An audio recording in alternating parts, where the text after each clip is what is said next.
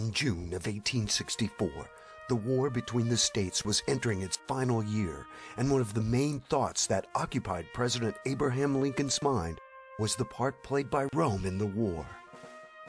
Lincoln said repeatedly, "This war would never have been possible without the sinister influence of the Jesuits. We owe it to popery that we now see our land reddened with the blood of her noblest sons." This seems to be a strange statement by President Lincoln, considering what is taught today about the war between the states. Nothing is ever mentioned of a religious element in the war, or that the Pope and the Jesuit Order were intimately involved. But Lincoln was not the only voice raised in opposition to the Pope's meddling in the affairs of this country at that time. Samuel Morse, the inventor of Morse code, traveled to Europe and Rome in 1830 to do his own investigation into the conspiracies hatched against America. After returning home to the United States, Morse wrote 2 books warning Americans of the threat from Rome. Morse would continue sounding the alarm throughout the 1800s and went to discuss the situation with Lincoln after his inauguration. Samuel Morse, of course, is the inventor of Morse code that was used for many, many years. And Samuel Morse wrote a book called Foreign Conspiracies Against the Liberties of the United States. It was published in 1835. And he shows in that book that the Holy Alliance and the Loophole Foundation out of Austria, controlled by the Jesuits, and the Jesuits themselves were the agents to overthrow the liberties of the United States, the Federal Republic of the United States, and to replace it with a papal centralized government as the Vatican is run. But today, one looks around us to see U.S. presidents and congressmen and women groveling before the Pope. Lincoln's words would seem ironic. Consider this also. In April 2008, the President of the United States, George W. Bush, rushed out to meet the Pope at his plane. Does this not seem to be odd behavior? For the first time in history, a U.S. president went out to meet a religious leader, or for that matter, any leader, upon his entry into the U.S. No president in the entire history of the United States has ever greeted a foreign diplomat like that, ever. They wait until they're brought into Washington or something. They don't go out on the tarmac. This is a first. What makes this even more egregious is that the current Pope is a former head of the Office of Inquisition and a former member of the Nazi Party in his youth. You know, the Cardinal Ratzinger was the Grand Inquisitor of the Vatican before he became Pope Benedict. You're aware of that. I assume other people are not aware of that. For a Jew, the Inquisition has such awful, awful memories, and we are inviting the head of the Inquisition to the Jewish state. I gave a lecture yesterday, and these are the points that I brought up. You don't invite the Grand Inquisitor to Israel. It's that simple. How did we go from a nation on the alert against the Pope and the Jesuits' desire to bring America down to one of accepting them as friends? Simply put, we have sold out. It has not gone unnoticed that several Protestant presidents have attended Mass and taken communion at Catholic churches. Since one cannot take communion at a Roman Catholic service if one is not Catholic, several presidents have misled their supporters into thinking they are Protestant when they are not. Furthermore, those in power are often Roman Catholics outright, so it is expected that they will obey orders from the Pope. From U.S. presidents to kings and queens to religious leaders throughout the world, those in power meet the Pope and bow down to him. Even when President Obama went to the Vatican in July 2009 to discuss the world economic situation, he too bowed to the Pope. Upon leaving, President Obama said, "We look forward to a very strong relationship between our 2 countries." It is important to remember these words of President Obama and what they mean. The Pope is not just a spiritual ruler, he is a territorial ruler. The name of his country since 1929 is Vatican City. The Pope is a monarch. He actually, according to various books, the Pope is the monarch of the world. Not just a religious leader, he is actually a political leader. The Vatican is actually a small area over in Rome whereby the Pope is the ruler of that small area. The actual name Vatican I found very interesting. It actually means worship of the divine serpent. So we find that the very basis of the Vatican, the very word itself, means the worship of serpents. But from Rome's perspective, the Pope rules over more than Vatican City. He rules over the earth both spiritually and materially, or temporally. According to the Roman Catholic teaching, the Pope can keep you out of heaven, and he has absolute authority over you on earth. And when I speak of the Pope, I speak of the papacy, that the papacy claims its two powers. Its first power is universal spiritual power over all individuals, that every person must be subject to the spiritual power of the Pope, that there is no salvation outside of the Catholic Church, which is the doctrine of the Council of Trent, as reaffirmed in the documents of Vatican II of the 1960s. It's still on the books of canon law. And the other power of the Pope, which is the second key, as you see the two keys in the Pope's flag with the Triple Crown, Lord of Heaven, Lord of Earth, Lord of Hell, and the two keys, spiritual power. The second key is the temporal power. And the temporal power is this, that the Pope believes he has the right to rule the government, the civil government of every nation. That temporal power has never been denied, it's never been disclaimed. But there is no question that the Pope wields both swords, both a spiritual sword that the public sees, as well as a political sword which most people do not see. So it is very interesting and unsettling to those who love freedom and the right to worship God as one sees fit, to see our leaders submitting to the Pope of Rome.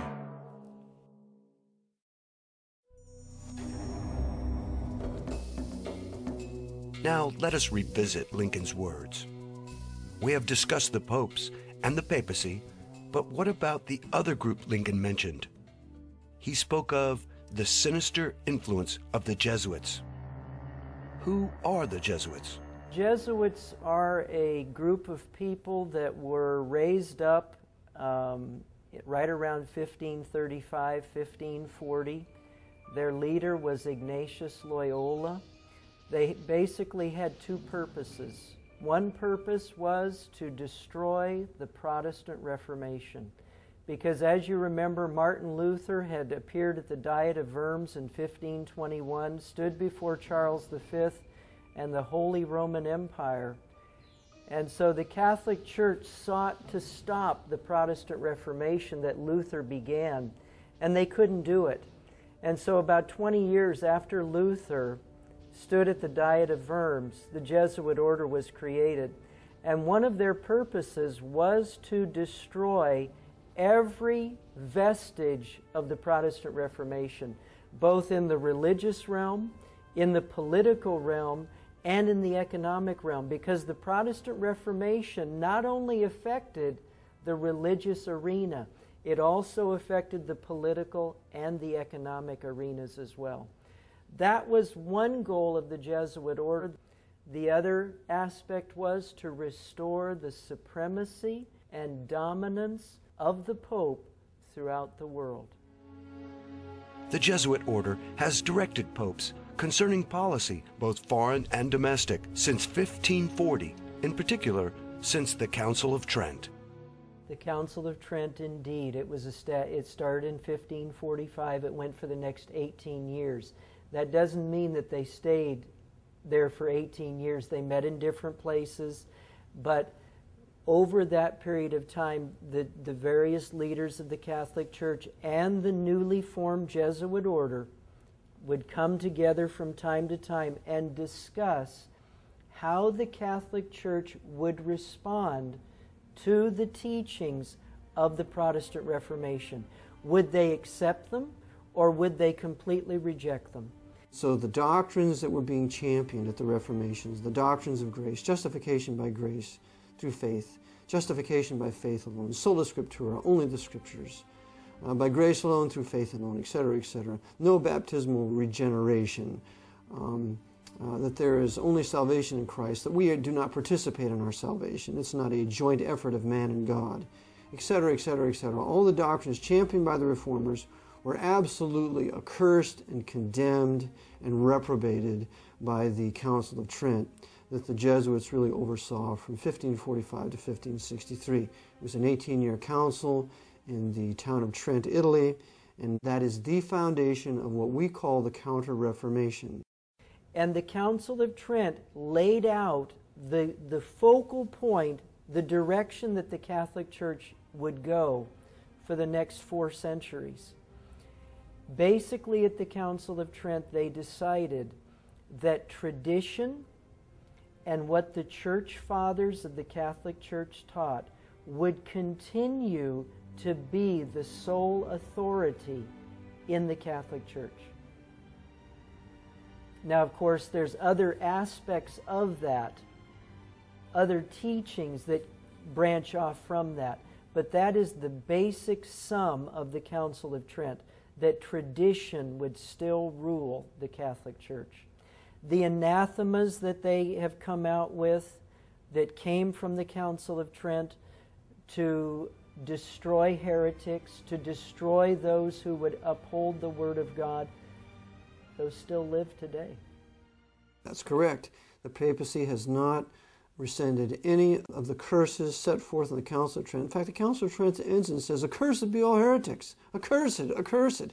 Every pope has to swear to uphold the Council of Trent. And if you read the documents of Vatican II, put together by Abbot, it shows you right there that every pope must swear to uphold the Council of Trent, even though in the 60s, when they were calling heretics separated brethren, with that delusion and illusion, they still did uphold the Council of Trent, as well as all the former papal bulls condemning heretics and calling for kings to kill them out of their dominions, like the doctrines of Pius IV. The head of the Jesuits is the superior general of the order. He is called the Black Pope. The head of the Jesuit Order is the Black Pope. The man who is currently there, he was just recently elected, Nicholas Adolphus. The Black Pope is the head of the Jesuit Order. He is called the Black Pope not because he is of African origin, but because he is in the dark. We see the white Pope, we see Pope Benedict XVI, because he's visible and all the world knows who he is. But the Black Pope remains in the dark, behind the scenes, and so few people know he even exists. But that's why he's called the Black Pope, and he's the one who heads the Jesuit Order. There is an ongoing war against anyone who resists the power of the Pope. And this war is directed by the Jesuits. This war is not waged openly by the Jesuits. The Society of Jesus moves in the shadows. They infiltrate and get others to do the dirty work of assassination. If armed conflict is needed, they use the army of one nation to bring a disobedient nation to its knees. The Jesuits would do that very thing. They were very intelligent. They're still very intelligent people. What they would do is they would infiltrate, they did it through economics, through the merchants. They would then come in, start teaching. They were very wise people. They would then infiltrate not only into schools, but they then would infiltrate into local government and then rise up to higher government officials. We find that repeatedly in the book by Avril Manhattan called Vietnam, Why Did We Go?, where he talks about how they followed this exact plan throughout Southeast Asia. They did it in Japan. They did it in China. They did it in Korea. They did it in Vietnam. They did it all along the Pacific Rim. Well, eventually what would happen, you would have created Catholic cities. where all the people in towns would become Catholics. Well, they would then try to put their Catholic ideals onto the major religious populace of a country. In the Far East, of course, the major religious populace would be the Buddhists.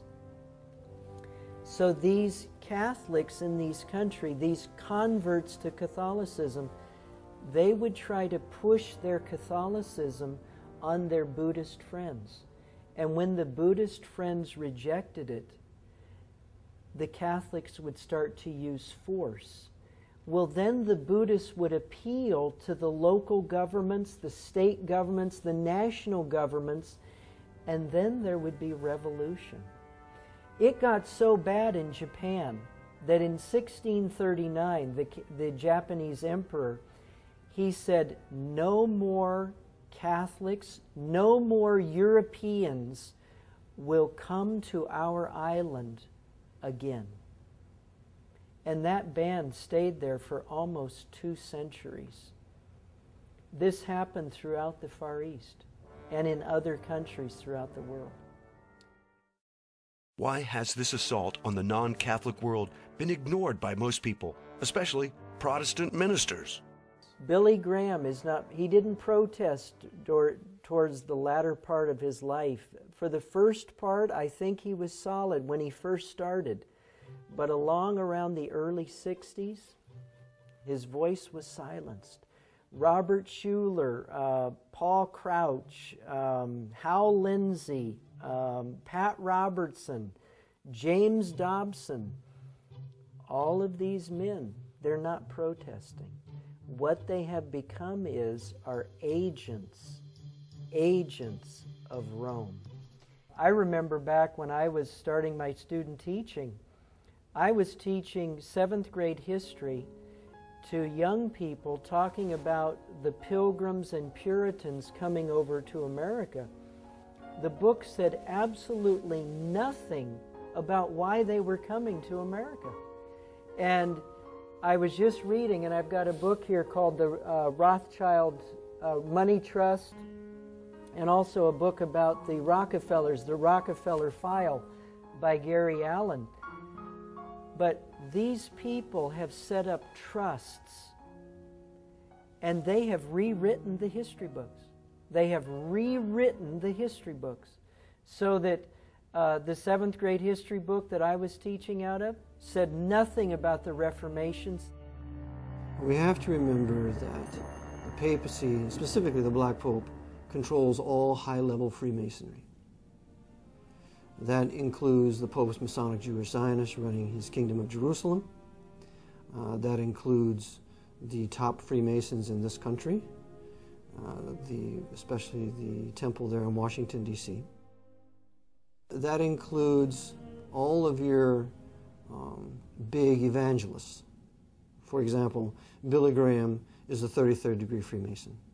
Now, I know the Billy Graham organization denies that, but it's still the truth, because we know, according to the honest 33rd degree Freemason who was truly converted to Christ when he believed the gospel and was saved by the grace of God, his name was Jim Shaw, that when he was inducted into the Order of the 33rd degree in Washington, D.C., he said there were 2 former presidents there on that council, and one of them was Gerald Ford, a 33rd degree Freemason who pardoned Nixon, and the other was Jimmy Carter, 33rd degree Freemason. So there they are at the Grand Council. Another one was an international evangelist, which he later told others that it was Billy Graham, because the publisher refused to put Billy Graham's name in there. So Billy Graham was there. So Billy Graham is nothing more than the high-level Masonic shill for the papacy, which is also fraught with Freemasons, if you read the book In God's Name by David Yallop. And so we talk about Robert Schuller, for example. Robert Schuller is another 33rd degree Freemason. He went to Rome to get the Pope's blessing to build his Crystal Cathedral.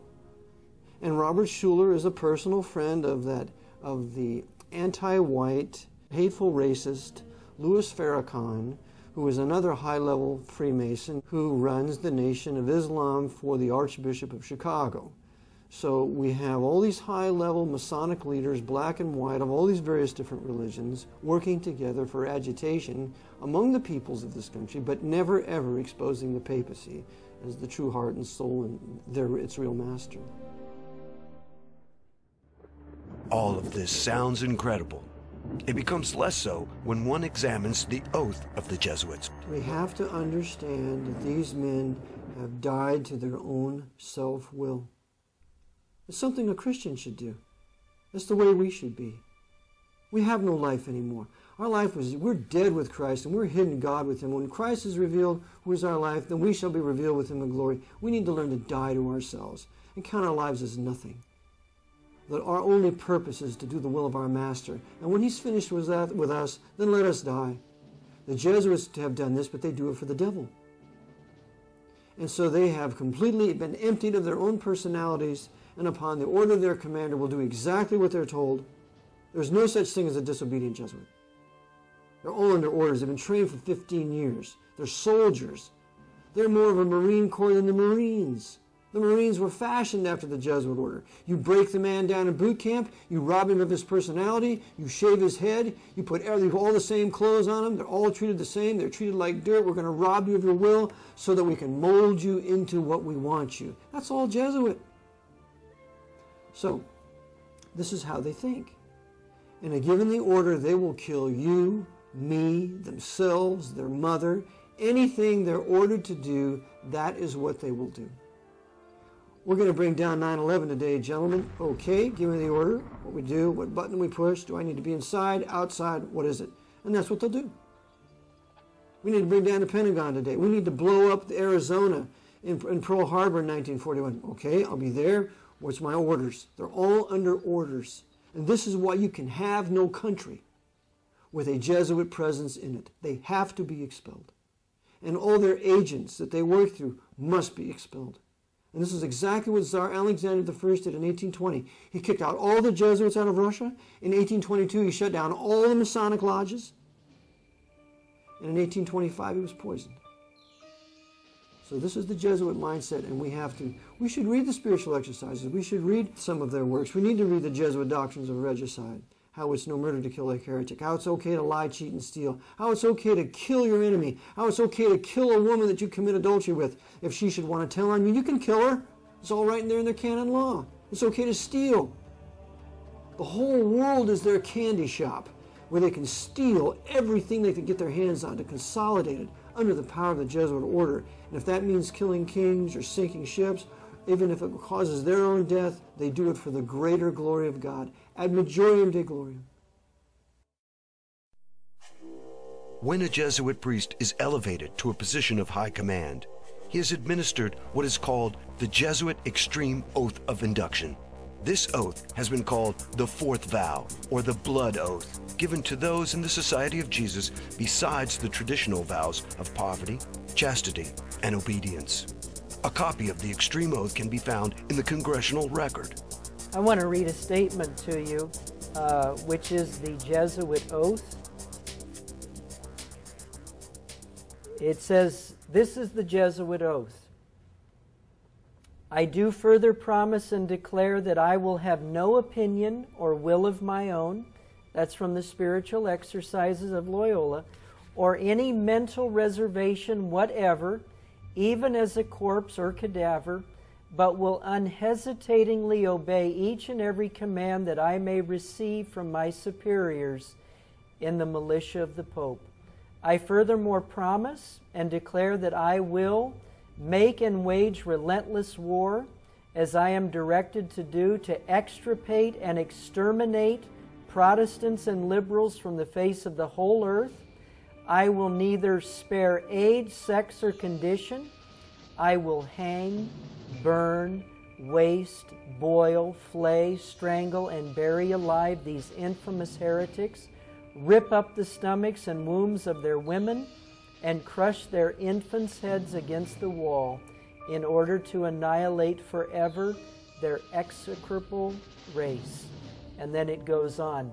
The point being, throughout the history of the Jesuit order, they will shoot, They will burn, they will flay, they will do whatever it takes to destroy anybody who stands in the way of what they want to do. In 2009, the Jesuit general was confronted about the oath. One of the things in your Jesuit high oath, I think it says something about, furthermore, you promise to declare that we'll, at the first opportunity, seek war at any opportunity against heretics, Protestants, liberals. What is that? See here? And that we will spare neither age nor sex nor condition, and I will hang, waste, boil, flays. You've never seen this before? No, I've never seen it. Strangle, bury alive. It's horrible. And I was like, look, it's in the congressional record. Thank you very much. Thank you for coming. Does the oath and activities of the Jesuit reflect anything Christian? Or is it as Jesus said, "Beware of false prophets, which come to you in sheep's clothing, but inwardly they are ravening wolves"? What else do we know about the Jesuits? They have been thrown out of 83 countries over the last 500 years. That is correct. 83 countries have physically removed them. And why was it necessary to remove them? In a word, power. The Jesuits have throughout history sought to take over and control every country in which they reside. Since their beginning in 1540, the Jesuits' power grew until they controlled the papacy, the Roman Catholic Church, and many of the governments of the world. In 1773, all of that changed.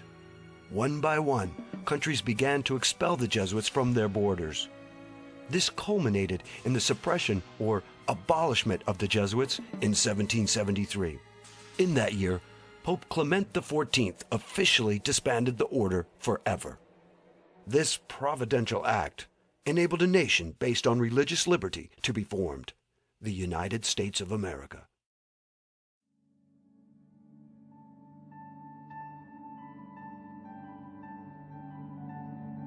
At the same time in history as the Jesuits were suppressed, the American Revolution occurred. Many believe this was no accident, but an act of God. I see the suppression of the Jesuits as providential, because without the suppression of the Jesuit order, there is no successful American Revolution, period. We have to understand that the Protestants and the Baptists of Europe had been persecuted in excess of 200 years, crying out to the Lord for some place to live where they could worship Him and seek His face and be obedient to His word. That nothing else was more important to them than that. And so as a result, the Lord answered their prayers and opened up North America to them in the 1600s, but ultimately to get a government that would protect them in their rights of freedom of worship, freedom of press, freedom of conscience, freedom of self-defense, in what came to be the American Bill of Rights and then, of course, the U.S. Constitution. So without the suppression of the Jesuit order, there is no escape for us out of Europe into North America to start a free nation where we can worship God according to the dictates of our conscience. As the Americans were determining and setting up a constitution where Protestant principles would reign, where freedom of religion would reign, where people would have the right to bear arms, where people would have a right to a fair trial, where all of these principles are being laid down, the Jesuit order is abolished. If the Jesuit order had not been abolished in 1773, and as they watched a Protestant country rising up in the Western Hemisphere, the Jesuit order would have used not only England, who they did use in the American Revolution, they would have used France, they would have used Spain, they would have used Portugal, because those were all Catholic countries. They would have used all those countries to destroy this growing Protestant nation, and it would never have been established. Having had their power and influence greatly diminished, the Jesuits were unable to stop the American colonies from establishing a Protestant republic. That is to say, the Jesuits were in no condition to coordinate a crusade against the new Protestant Republic as they had done with England in 1588 by using the Spanish Armada. But the Jesuits had one ace in the hole. Many of the founding fathers were deists and Freemasons. They attended church services and publicly paid homage to the God of the Bible. But in reality, they did not believe in miracles or the divinity of Jesus Christ. Their God was the great architect of the universe, not the God of the Bible. Thomas Jefferson went so far as to create his own Bible by cutting out verses he agreed with and pasting them into a blank book. The verses Jefferson believed in were those where Jesus speaks of morality and loving others. Miracles, such as the virgin birth or Jesus' resurrection, were omitted since they were considered fables. Freemasons like Benjamin Franklin and Thomas Paine had little regard for the divine, miracle-working Jesus of the Bible. Thomas Paine, author of the famous pamphlet Common Sense, wrote a book called The Age of Reason. In it, Paine says, Jesus Christ wrote no account of himself. The history of him is altogether the work of other people. And as to the account given of his resurrection and ascension, it was the necessary counterpart to the story of his birth. His historians, having brought him into the world in a supernatural manner, were obliged to take him out again in the same manner. Thus, when it came time to create a document that would unite these colonies into one country, the Jesuits had an idea many preferred. It was called religious liberty. The First Amendment to the Constitution would allow all religions to exist in America, not just religions based on the Protestant Bible. In the new American Republic, Roman Catholicism was allowed to coexist with the Protestant denominations, as well as the deistic Freemasons. But most importantly, the Roman Catholics were allowed to vote just like any other citizens. This was key, as we shall see later on. For as their numbers increased, Roman Catholics could put in power other Roman Catholics, or those who were sympathetic to them, and change the nation from within. After the Revolutionary War, voting rights of Catholics did change. We know that one of the signers of the Constitution was a Roman Catholic. There was only one, Mr. Carroll, but nonetheless it made it look like a place for Roman Catholics to come, as well as Protestants to have religious liberty, which is absurd. The Roman Catholic people had been used by the priests to kill us for centuries, and so why not stay in Europe? Well, they were being used by the Jesuits to come here to ultimately then take over political power and then submit North America to the feet of the Pope. Turning from the happenings with the American colonies, let us take a moment to investigate what the Jesuits were up to in Europe after their suppression. As we might guess, the Jesuits were not idle. They decided to seek revenge against those who had turned on them, specifically a traitorous Pope and the Catholic monarchs of Europe.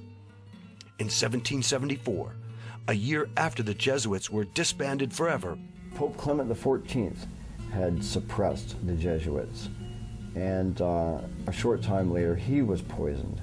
Poison is a big thing with these guys. Pope Clement stated, "Alas, I knew they would poison me, but I did not expect to die in so slow and cruel a manner."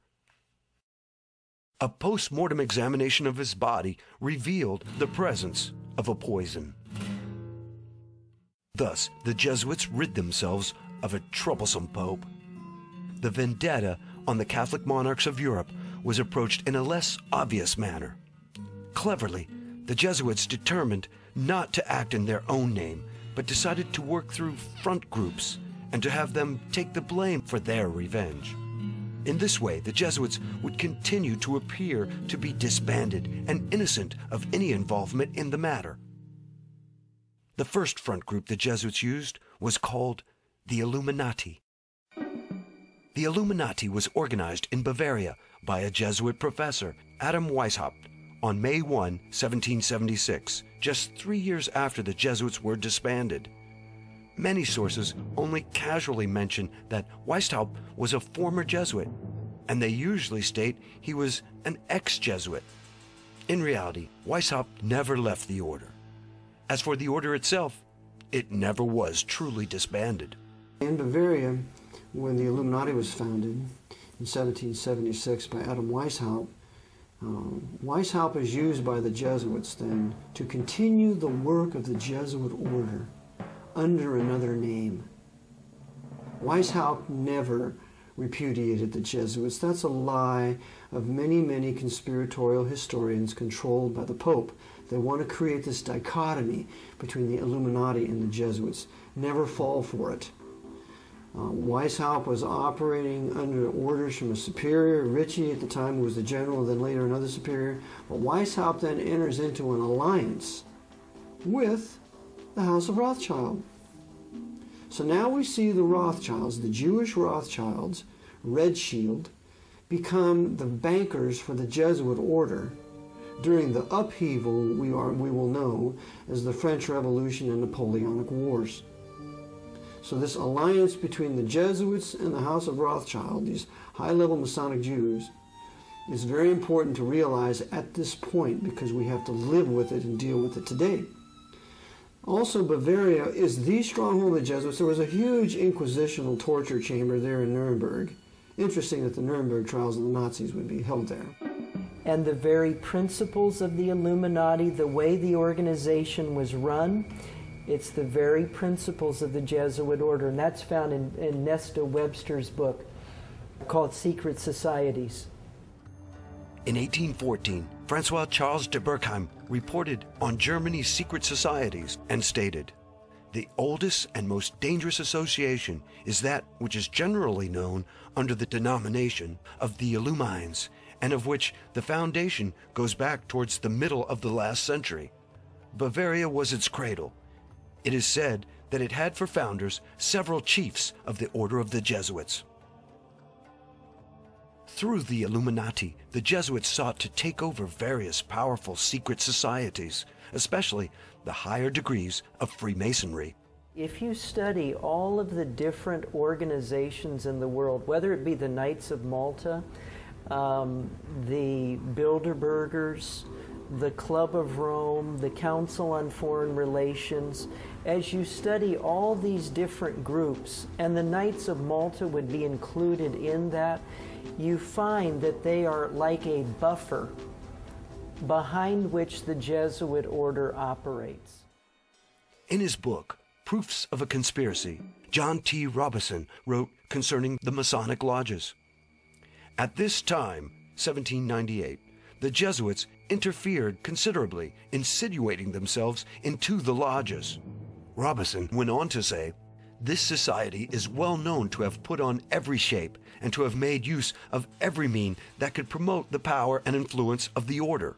And we know that at this time they were by no means without hopes of re-establishing the dominion of the Church of Rome in England." And with the Illuminati and the higher orders of Freemasonry, the Jesuits fomented the destruction of the very monarchs who had opposed them, beginning with the French Revolution and later with Napoleon Bonaparte.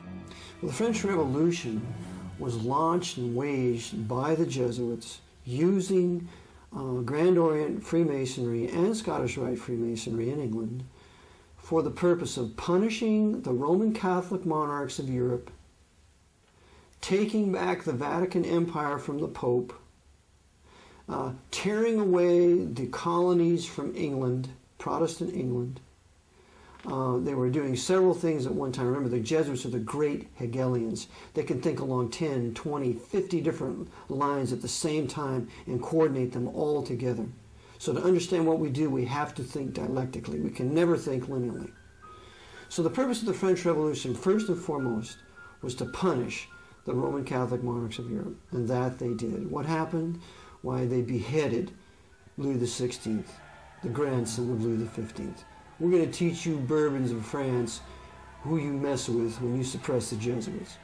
And then we're going to behead his wife, Marie Antoinette. And she was the daughter of Maria Theresa. She was a Habsburg. So we're going to punish you Habsburgs. You suppress us, we're going to cut off the head of Marie Antoinette using our Jacobins.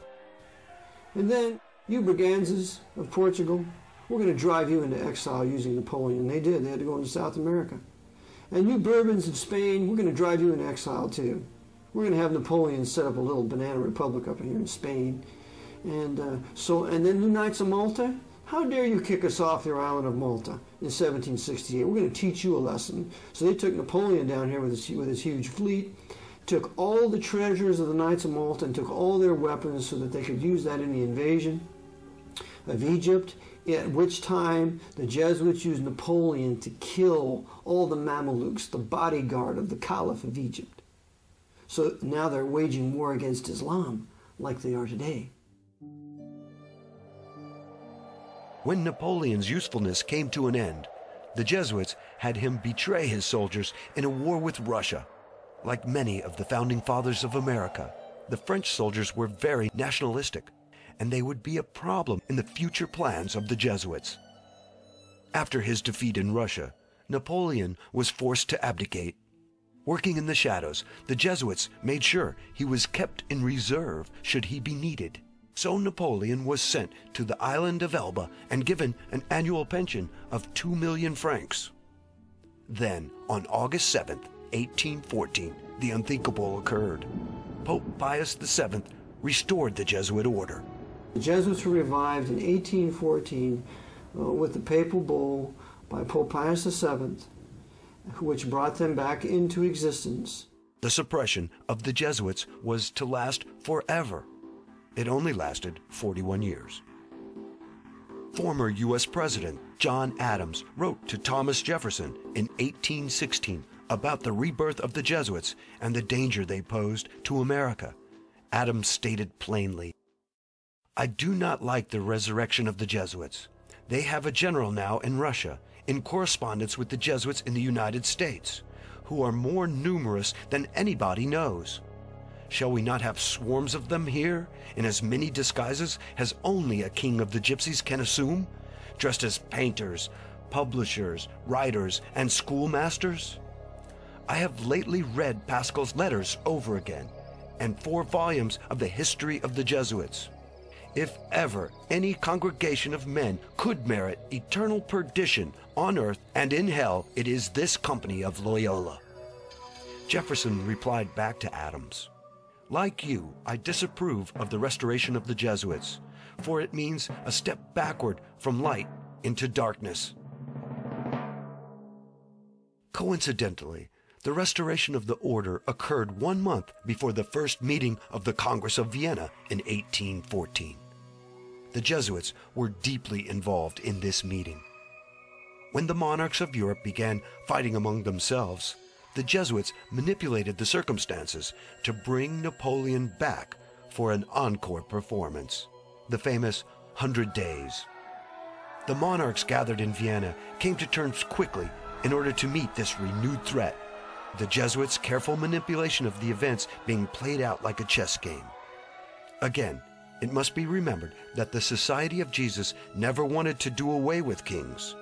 The Jesuits only wanted to punish those who had suppressed the order. In March of 1815, 9 days after the Congress of Vienna ended, Napoleon led his patriotic monarchy-hating men to defeat by attacking the wrong spot of the British lines at Waterloo. The Battle of Waterloo was deliberately lost by Napoleon, as explicated by our great Southern General Thomas Jonathan Stonewall Jackson when he reviewed the battlefield. And you can find this in Dabney's great work, his biography that he wrote on Stonewall Jackson called The Life and Times of Stonewall Jackson. And when Jackson went there, he said, Napoleon attacked from the wrong position. He should have attacked over here. And that's exactly what happened. Napoleon deliberately sacrificed his army at Waterloo so that there would be the least amount of true patriots in France to resist the return of King Louis XVIII into France, who immediately restored the Jesuits and restored the Inquisition. Having no further need of Napoleon, the Jesuits made sure he was sent far away to the island St. Helena in the South Atlantic. While there, he was poisoned and died in 1821. In his memoirs, Napoleon maintained his loyalty to the Catholic Church, but had this to say about the Jesuits. The Jesuits are a military organization, not a religious order. Their chief is a general of an army, not the mere father abbot of a monastery. And the aim of this organization is power. Power in its most despotic exercise, absolute power, universal power, power to control the world by the volition of a single man.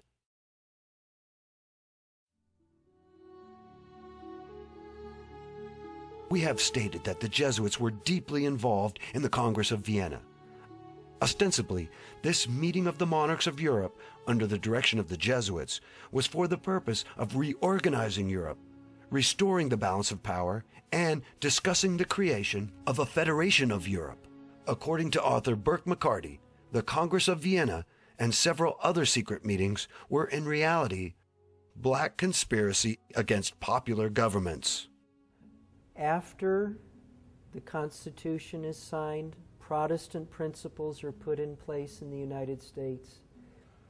You go into the early 1800s, the Napoleonic Wars are being fought in Europe, in Russia, but finally the Napoleonic Wars have stopped.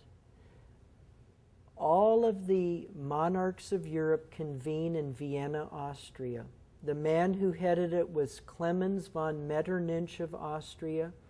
Russia was there, England was there, France was there. They all came there to Vienna to decide on a big problem in the world.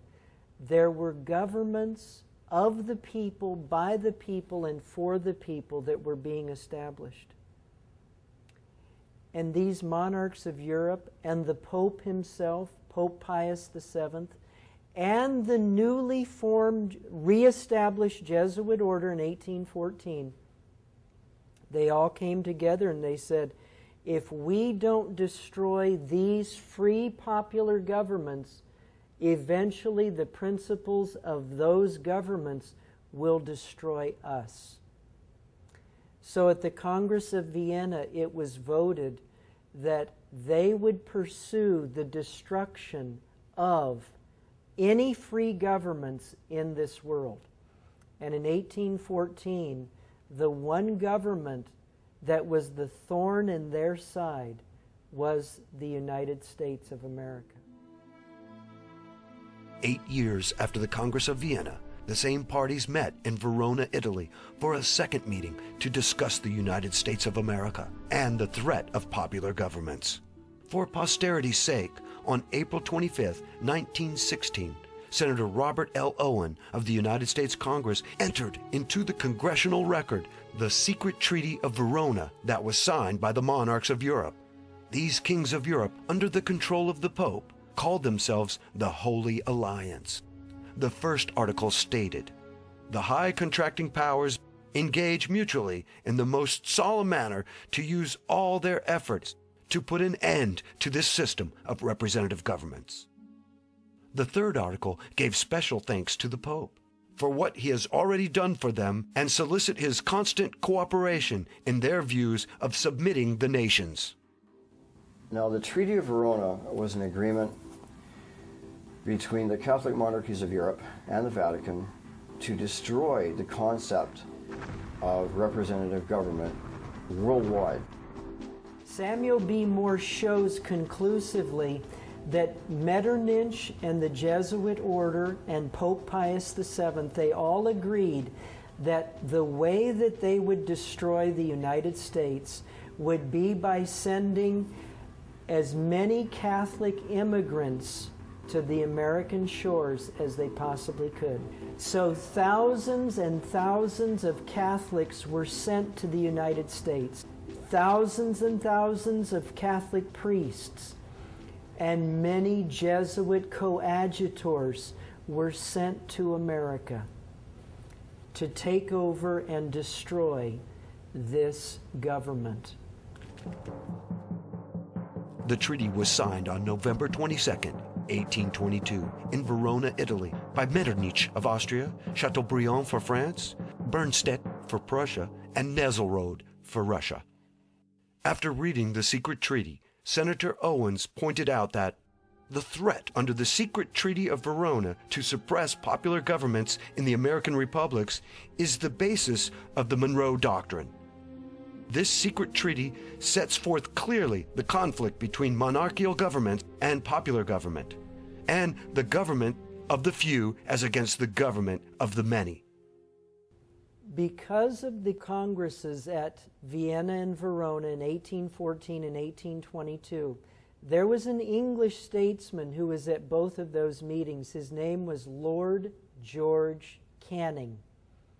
And in Burke McCarty's book called The Suppressed Truth About the Assassination of Lincoln, it says in there that George Canning warned the United States government as to what was going on. Canning was in contact with a man by the name of John Quincy Adams, who was a congressman at that time. He wrote to Adams, he said, "The monarchs of Europe, the Pope, and the Jesuits are planning to destroy America." Quincy Adams took the information to the president at that time, a man by the name of Jim Monroe.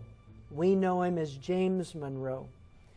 James Monroe took the information, wrote to a former president who was still alive at that time. The man's name was Tom Jefferson, who was in retirement at Monticello. Jefferson wrote back to Monroe and he said, "This is the greatest affront to America since the Revolution." He said, "We need to do everything we can to oppose and stop this holy alliance set up by the monarchs of Europe, the Pope, and the Jesuit Order." In his letter to Monroe in 1823, Jefferson said he did not want to pass up an opportunity of declaring our protest against the atrocious violations of the rights of nations by the interference of anyone in the internal affairs of another, so flagitiously begun by Bonaparte and now continued by the equally lawless alliance calling itself holy. America's response to these two congresses was James Monroe's State of the Union address called the Monroe Doctrine, where he told the powers of Europe, he said, "You stay over there, you fight your wars in Europe, we'll stay over here. If you ever colonize in the Western Hemisphere, we will consider it an act of war." That was the Monroe Doctrine. But in our history books today, we read nothing of the role of the Pope and the Jesuit Order to destroy America. Nothing is in our books today to that effect. But that's why the Monroe Doctrine was written. The Jesuits convened a meeting in Chieri, Italy in 1825 to discuss tactics for dealing with the Protestant nations. Unknown to the 13 Jesuits gathered for this clandestine meeting, a young novice named Leone was in the adjoining library. Leone could not believe his ears and began to take notes of what was being said for posterity. An English translation appeared in 1848. What Leone heard was no less than the Jesuit plan for world domination and the destruction of heretics, especially the heretics in Protestant America. As to the Jesuit plan for world government, you well know that what we aim at is the empire of the world. As to their plan for working in secret, let us prefer a secret war, which, though less brilliant, is more sure to bring us the advantage. Let us shun too much light. As to the Pope, also known as the Vicar of Christ, we may say that God designs for extermination, like the Canaanites, all the nations that obstinately refuse to enter into the unity of the Church, and that the Vicar of Jesus Christ is appointed to execute these judgments in due time. As to Protestant and non-Roman Catholics who do not join Rome, we have, however, one source of rejoicing. We cherish at the bottom of our hearts this principle that whatever does not unite with us must be annihilated. That Protestantism must therefore be utterly abolished. As to the Bible, then the Bible, that serpent which, with head erect and eyes flashing fire, threatens us with its venom whilst it trails along the ground, shall be changed again into a rod as soon as we are able to seize it. And what wounds will we not inflict with it upon these hardened pharaohs and their cunning magicians? The Monroe Doctrine was ratified in 1823. The Jesuit meeting in Chieri, Italy, took place in 1825. 1 year later, John Adams and Thomas Jefferson died on the same day. Both of these former presidents and defenders of the Constitution died on July 4th, 1826. What are the odds that these two men, so critical to the birth of the United States and enemies of the Holy Alliance, the Vatican, and the Jesuits, would die on the same day? The day they died was the 50th anniversary of the adoption of the Declaration of Independence. Autopsies were not performed on the former presidents, and it was assumed that they died of natural causes. Another strange coincidence would be the death of James Monroe on yet another 4th of July in 1831. Monroe left office in 1825 and supposedly died of tuberculosis 6 years later. It should be noted that the symptoms associated with arsenic poisoning, difficulty in breathing, dryness and tightness of the throat, seizures, and burning pain, are similar to those of tuberculosis. George Morgan commented on these strange circumstances in his book, The Life of James Monroe. Morgan states, "As John Adams and Thomas Jefferson had died on the 4th 5 years before, Monroe's death added to the wonder, as though a power aloft had taken cognizance of the peculiar patriotism of these mortal men and had translated them." Is it possible that the power aloft was not from heaven and was not benign? Perhaps this power was not looking at the nationalism and patriotism of these men with joy as much as with a vengeful eye, as the Jesuit oath clearly states. A Jesuit vows to make and wage relentless war, secretly or openly, against all heretics, Protestants, and liberals, as I am directed to do, to extirpate and exterminate them from the face of the whole earth. That when the same cannot be done openly, I will secretly use the poison cup, the strangulation cord, the steel of the poniard, or the leaden bullet. Others have even pointed out George Washington's sudden death in 1799 as very suspicious. There is evidence that the Jesuits assassinated a few American presidents before the war between the states. The first president they assassinated was George Washington. He was poisoned with anthrax.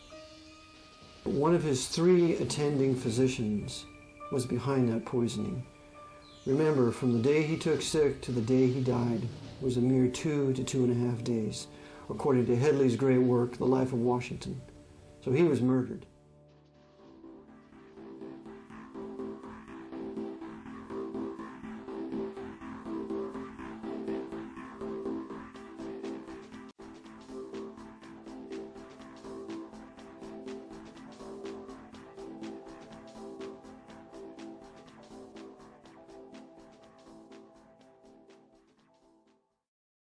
There is evidence that the Jesuits attempted to assassinate a few American presidents before the war between the states.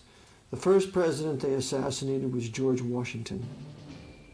He was poisoned with anthrax. One of his 3 attending physicians was behind that poisoning. Remember, from the day he took sick to the day he died was a mere 2 to 2.5 days, according to Headley's great work, The Life of Washington. So he was murdered. Why would the Jesuits want to kill George Washington? Like Jefferson, Adams, and Monroe, Washington was first and foremost a nationalist and warned against foreign influence. He promoted a policy of neutrality and the avoidance of European alliances. Washington repeated his isolationist policy in his farewell address that was published in newspapers throughout the country. Washington wrote, "It is our policy to steer clear of permanent alliances with any portion of the foreign world." Besides this admonition to avoid foreign alliances, Washington loudly declared America should keep itself free from foreign influence. Against the insidious wiles of foreign influence, I conjure you to believe me, fellow citizens, the jealousy of a free people ought to be constantly awake. In addition to these publicly expressed opinions, Washington had acted swiftly to put down the Jacobin-inspired Whiskey Rebellion in 1793 with 15,000 troops. Instigating the rebellion was the French ambassador Edmond Guinet and the revolutionary Democratic clubs that had sprung up in America. Guinet and the Democratic clubs were linked to the Jacobin clubs in France. In her book, World Revolution, Nesta Webster states, "These Jacobin clubs were organized by the Revolutionary Committee under the direct inspiration of the Bavarian Illuminati." The Jesuits created the Illuminati and were thus working through the Democratic clubs in America. Washington never realized he was taking on the Jesuits when he crushed the Whiskey Rebellion. John Adams became president after Washington left office. During John Adams' administration, war with Illuminati-controlled France was averted, but Washington made it known he would not resist a call from Congress to assume command of the army.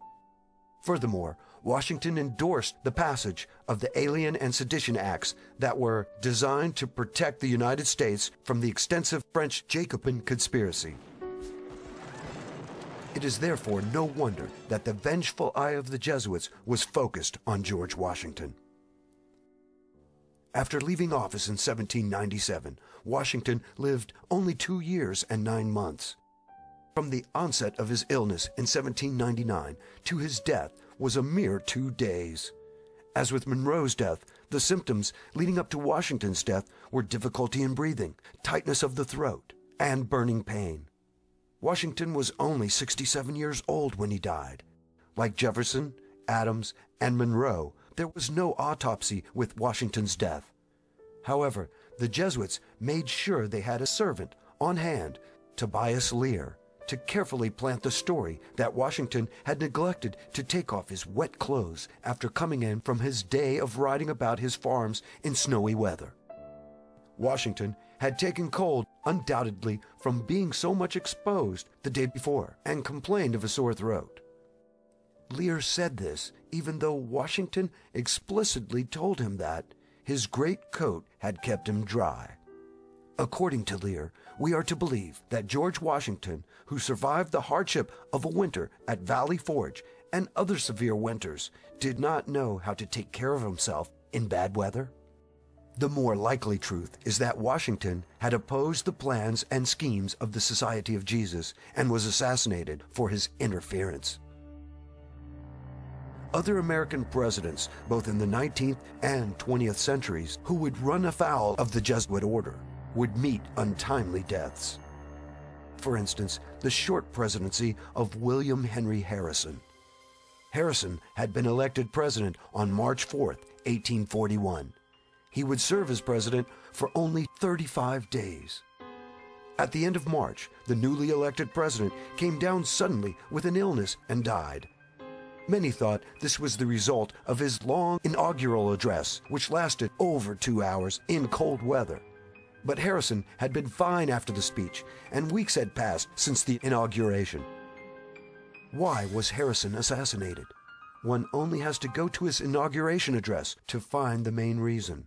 Harrison stated in the 4th paragraph of his speech, "We admit of no government by divine right," believing that so far as power is concerned, the beneficent Creator has made no distinction amongst men, that all are upon an equality, and that the only legitimate right to govern is an express grant of power from the governed. Like other leaders in the past, Harrison was thumbing his nose against the Holy Alliance, who practiced the divine right of kings to wield power as sanctioned by the Pope. Harrison was also unwilling to accept Texas, a slave territory into the Union, which ran against the Jesuit plan of using the slave issue to agitate and divide the northern states from the southern states. Unlike Adams, Jefferson, and Monroe, the Jesuits did not wait for the 4th of July to eliminate the heretical President Harrison. Harrison was poisoned at the end of March and died on April 4th, 1841. Vice President John Tyler succeeded Harrison as president. The annexation of Texas was accomplished in 1845 under the watchful eye of the new president. Another president who died suddenly in office was Zachary Taylor. Taylor was elected president in 1848. Taylor was a Southern slaveholder who did not want to see slavery extended to any more areas of the country. Like Washington, Taylor was devoted to the Union of the American states, was very popular, and was a military man. Another crisis over slavery occurred by the Jesuits in 1850. A compromise was being pushed to avert a split in the Union. Taylor did not like the compromise being worked out in Congress. On July 4th, 1850, Taylor attended the groundbreaking ceremonies for the Washington Monument. He was fine upon returning back to the presidential mansion. Then he became ill after eating some raw fruit that some say was a bowl of cherries. A violent fever came upon him. Senator Benton commented that the violent attack commencing soon after his return to the presidential mansion. Old Rough and Ready frustrated his assassins and managed to fight the poison for 5 days and avoided the 4th of July curse. President Taylor died on July 9th. The Jesuits removed a strong, unifying leader and replaced him with a more malleable president in Millard Fillmore. Fillmore signed the compromise in 1850, just 2 months after Taylor's death. As the Jesuit agitation of the American states was reaching its climax in the 1850s, a trial occurred in 1855 at a courthouse in Illinois that would bring 2 fateful men together. These 2 men would join forces to fight the Jesuits. The first was a rebellious Roman Catholic priest by the name of Charles Chiniquy. The second was a lawyer by the name of Abraham Lincoln. Charles Chiniquy did not approve of the corrupt conduct of many of the priests he knew. These evil priests were drunkards, sexually promiscuous, and thieves, often stealing money and property collected from their parishioners. The priesthood in Chicago was very corrupt, morally and every other way. They were drinking heavily. They would go on these retreats and take up a collection between themselves, put it all in a pot, and go out and buy a lot of booze. And they also rented a lot of hookers. Apparently there was a lot of sexual deviance going on at the time as well. And he didn't like that, though, and he tried to change it. He quoted exclusively from the Bible, and his bishop just could not tolerate that. The heads of the Roman Church wanted Chiniquy to ignore these illicit and illegal activities. When he did not, Bishop Reagan of Chicago and another priest by the name of LaBelle arranged to have Chiniquy accused of rape. Chiniquy needed a good attorney. An attorney by the name of Abraham Lincoln was suggested. Abraham Lincoln had a team of other lawyers under him, right? It's like a regular defense team. Lincoln being one lawyer, a gentleman by the name of Stephen R. Moore was another lawyer. And that was a big court case at the time. It was the most important court case that Lincoln ever had in his entire legal career, as a matter of fact. But it's been buried by the Illinois government. The trial did not go well for Chiniquy. The general feeling was that he would be convicted. Local newspapers of the time, they speculated that Chiniquy was going to be found guilty, and that was being broadcast throughout the entire Catholic community at that time. Fortunately for Chiniquy, a witness came forward for the defense. Her name was Philomene Schwartz. Miss Schwartz had been in Father LaBelle's house the day the plot to frame Chiniquy had been concocted. Schwartz contacted Lincoln and agreed to testify.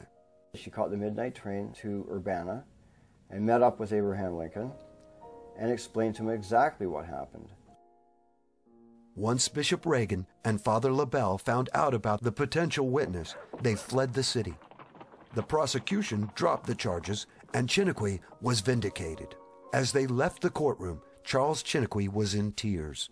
Lincoln says to him, "Why are you crying, Mr. Chiniquy?" He says, your enemies have fled and you're free to go. And he said, "I'm not crying for myself, Mr. Lincoln, I'm crying for you." He said, "Because I saw no less than 11 Jesuits with the sentence of death on their face today in this courtroom, and know for a surety they will kill you for what you have done." And Lincoln says, "Well, then let this be my death warrant," and he gives Chiniquy a bill for a mere $50. And then Lincoln sobers up and said, "It matters not where a man must die, but that he must die at the post of duty and honor." Chiniquy's words of warning to Lincoln would prove to be true.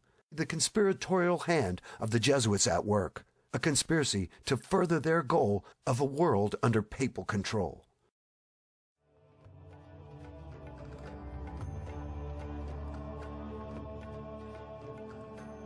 Abraham Lincoln was elected President of the United States 5 years after Charles Chiniquy's trial. By 1860, agitation between the North and the South was so great that many of the Southern states decided to leave the Union over Lincoln's election. This agitation was designed from the beginning to drive a wedge between the North and the South and bring about a war that would result in the death of countless Protestants, clearing the way for the Jesuits to reconstruct America into a tool of conquest. Lincoln had no military background, and the perception in the South was that he was incapable of mounting a war to stop the Southern states from leaving the Union. However, the Jesuits had studied Lincoln and knew he would be a very effective leader. In his own way, Lincoln would serve the Jesuit ends. Those ends were, 1, to kill Protestants who lived mainly in the South, and 2, to undermine the Constitution, especially the doctrines of state sovereignty and states' rights. Once in office, Lincoln refused to accept the right of any state to leave the Union. He also refused to remove the federal troops from Fort Sumter under the command of Major Robert Anderson, who was a Freemason. As tensions mounted, the Jesuit-controlled Freemasons on both sides turned the standoff into a bloody war. It's no coincidence that General Beauregard, a Roman Catholic Freemason, fired the first shots at Fort Sumter, and it's no coincidence that a Presbyterian Protestant Freemason incited those shots to be fired when he sent down the Star of the West to reinforce Fort Sumter, and that was Mason James Buchanan. James Buchanan started the war when he sent down the Star of the West, that ship, to reinforce the harbor, because the southern states had lawfully seceded if we had a union of consent. And I would like to add here that the 3 states that specifically reserved their right to secede in their state ratification papers were Virginia, Rhode Island, and New York. And if those 3 states reserved the right to secede, to withdraw the powers, the specific powers they had delegated to Washington, then every other state had the right. So, the southern states had the right to secede, the North had no right to stop it. So therefore, an attack against the southern states who had seceded was an act of war, and therefore it was indeed a war of northern aggression against the southerners who had rightfully seceded. As the war progressed, it was obvious that not all was as it appeared to be on the surface. Time and again, generals on both sides made blunders and missed opportunities that would have ended the war sooner rather than later. The most glaring of these missed opportunities was the first battle of the conflict, the First Battle of Manassas on July 21, 1861. Lincoln had ordered the invasion of the South by Union troops. To stop them, Southern forces were moved into position in Virginia under Brigadier General Joseph E. Johnston and Brigadier General P.G.T. Beauregard. Beauregard had ordered the firing of the first shot at Fort Sumter, and his family was not only Roman Catholic, but also had Jesuit ties. During the course of the battle, the Confederate forces were beaten back until Colonel Thomas J. Jackson stood his ground against the invading Northern Army. Stonewall Jackson's heroic stand paved the way for the routing of the invading Union forces that soon withdrew towards Washington, D.C. Incredibly, the Southern commanders, Beauregard and Johnston, did not pursue the defeated Union troops, although prompted by many, including Stonewall Jackson. Johnston and Beauregard let the defeated Northern troops escape. If they had pursued the Northern Army, the South would have annihilated their enemy and ended the war in a few days.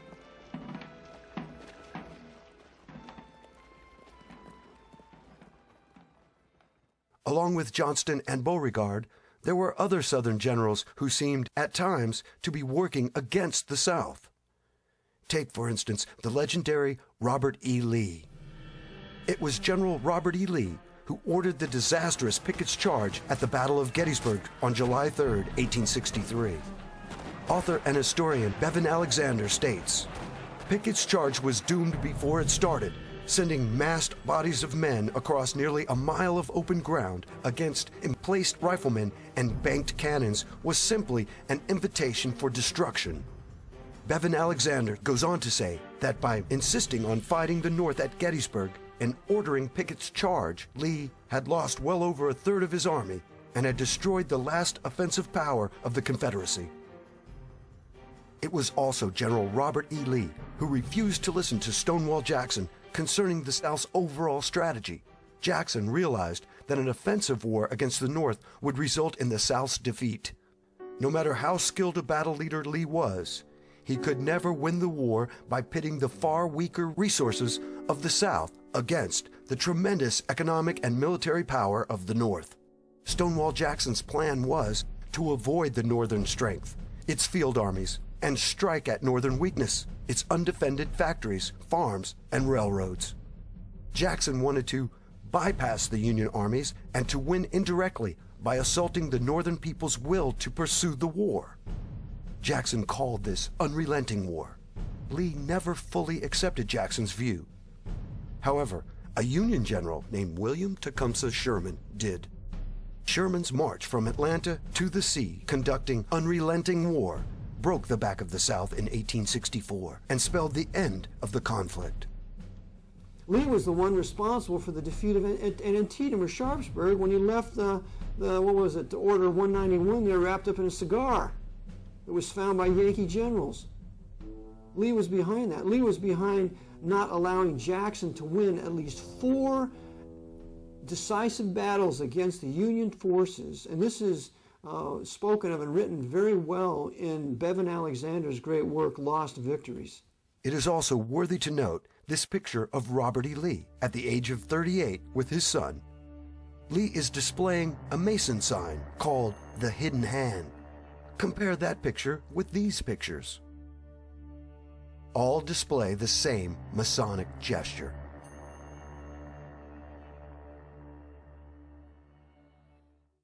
That the Jesuits had infiltrated Freemasonry in the late 1700s and had taken control of the leadership of this secret society was unknown to Freemasons serving in both the Northern and Southern armies. Essentially, all Freemasons were serving the Jesuits and the Pope.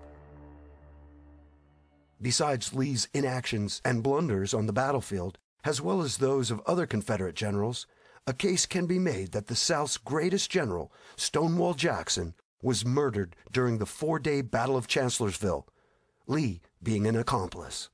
Jackson brings forth his plan to Lee how to flank Hooker's army, and then we can attack him from the rear. And Lee says, well, go ahead. Instead of saying, praise God, yes, if we can defeat Hooker, we can then march across the Potomac to Washington, because that's all it would have taken. We were this close to keeping our liberty. But because Lee is in cahoots with Hooker, and there are Jesuits who are observers on the battlefield, as there were at Gettysburg, an arrangement is made between Lee and A.P. Hill, because A.P. Hill hated Jackson's guts. Jackson had A.P. Hill arrested. This is General A.P. Hill.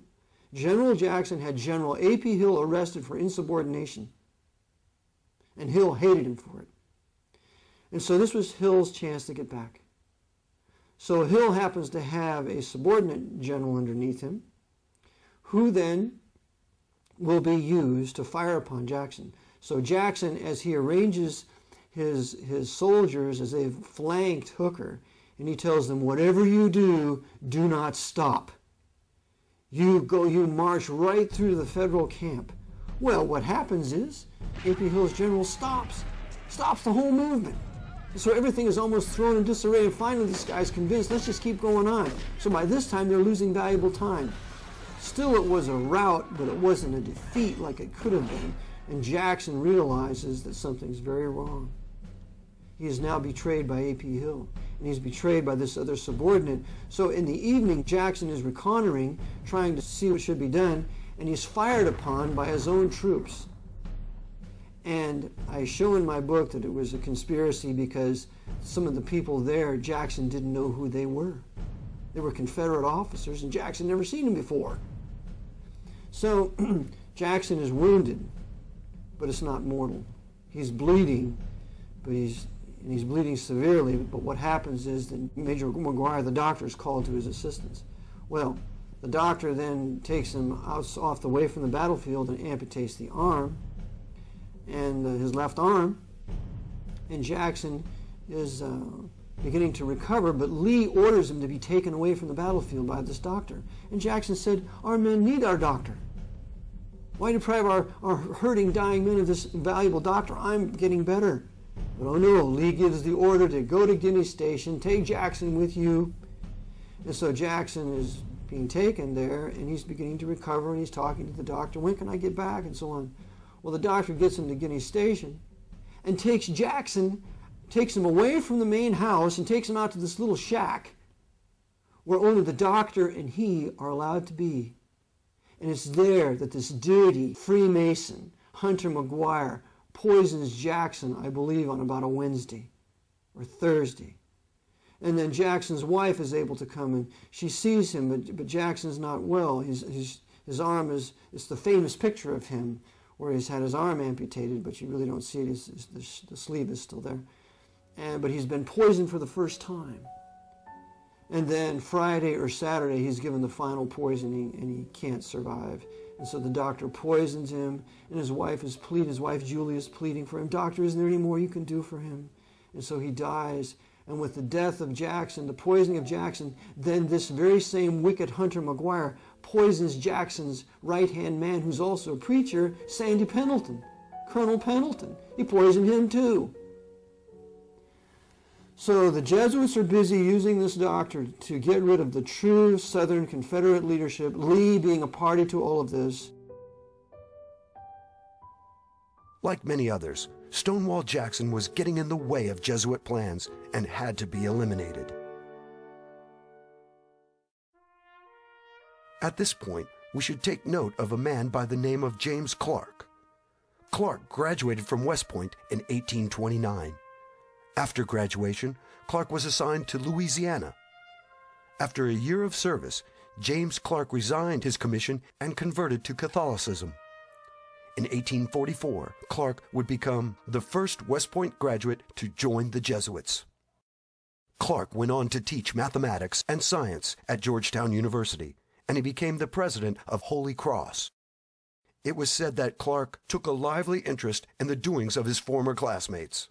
And just who were his former classmates? None other than Robert E. Lee and Joseph E. Johnston. One can also include Jefferson Davis in this list, since Davis graduated a year ahead of Clark. It can only be guessed as to what communications these former West Point graduates had with each other. But that a Jesuit was in communication with Lee, Johnston, and Davis during the period of the war between the states is surprising and somewhat shocking. And what is even more shocking were the activities of Confederate President Jefferson Davis in 1863. Protestant Jefferson Davis began corresponding with the Roman Catholic Pope.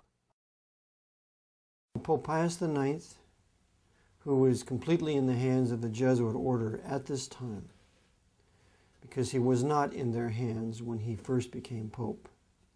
He writes a letter to Jefferson Davis acknowledging him as the President of the United States.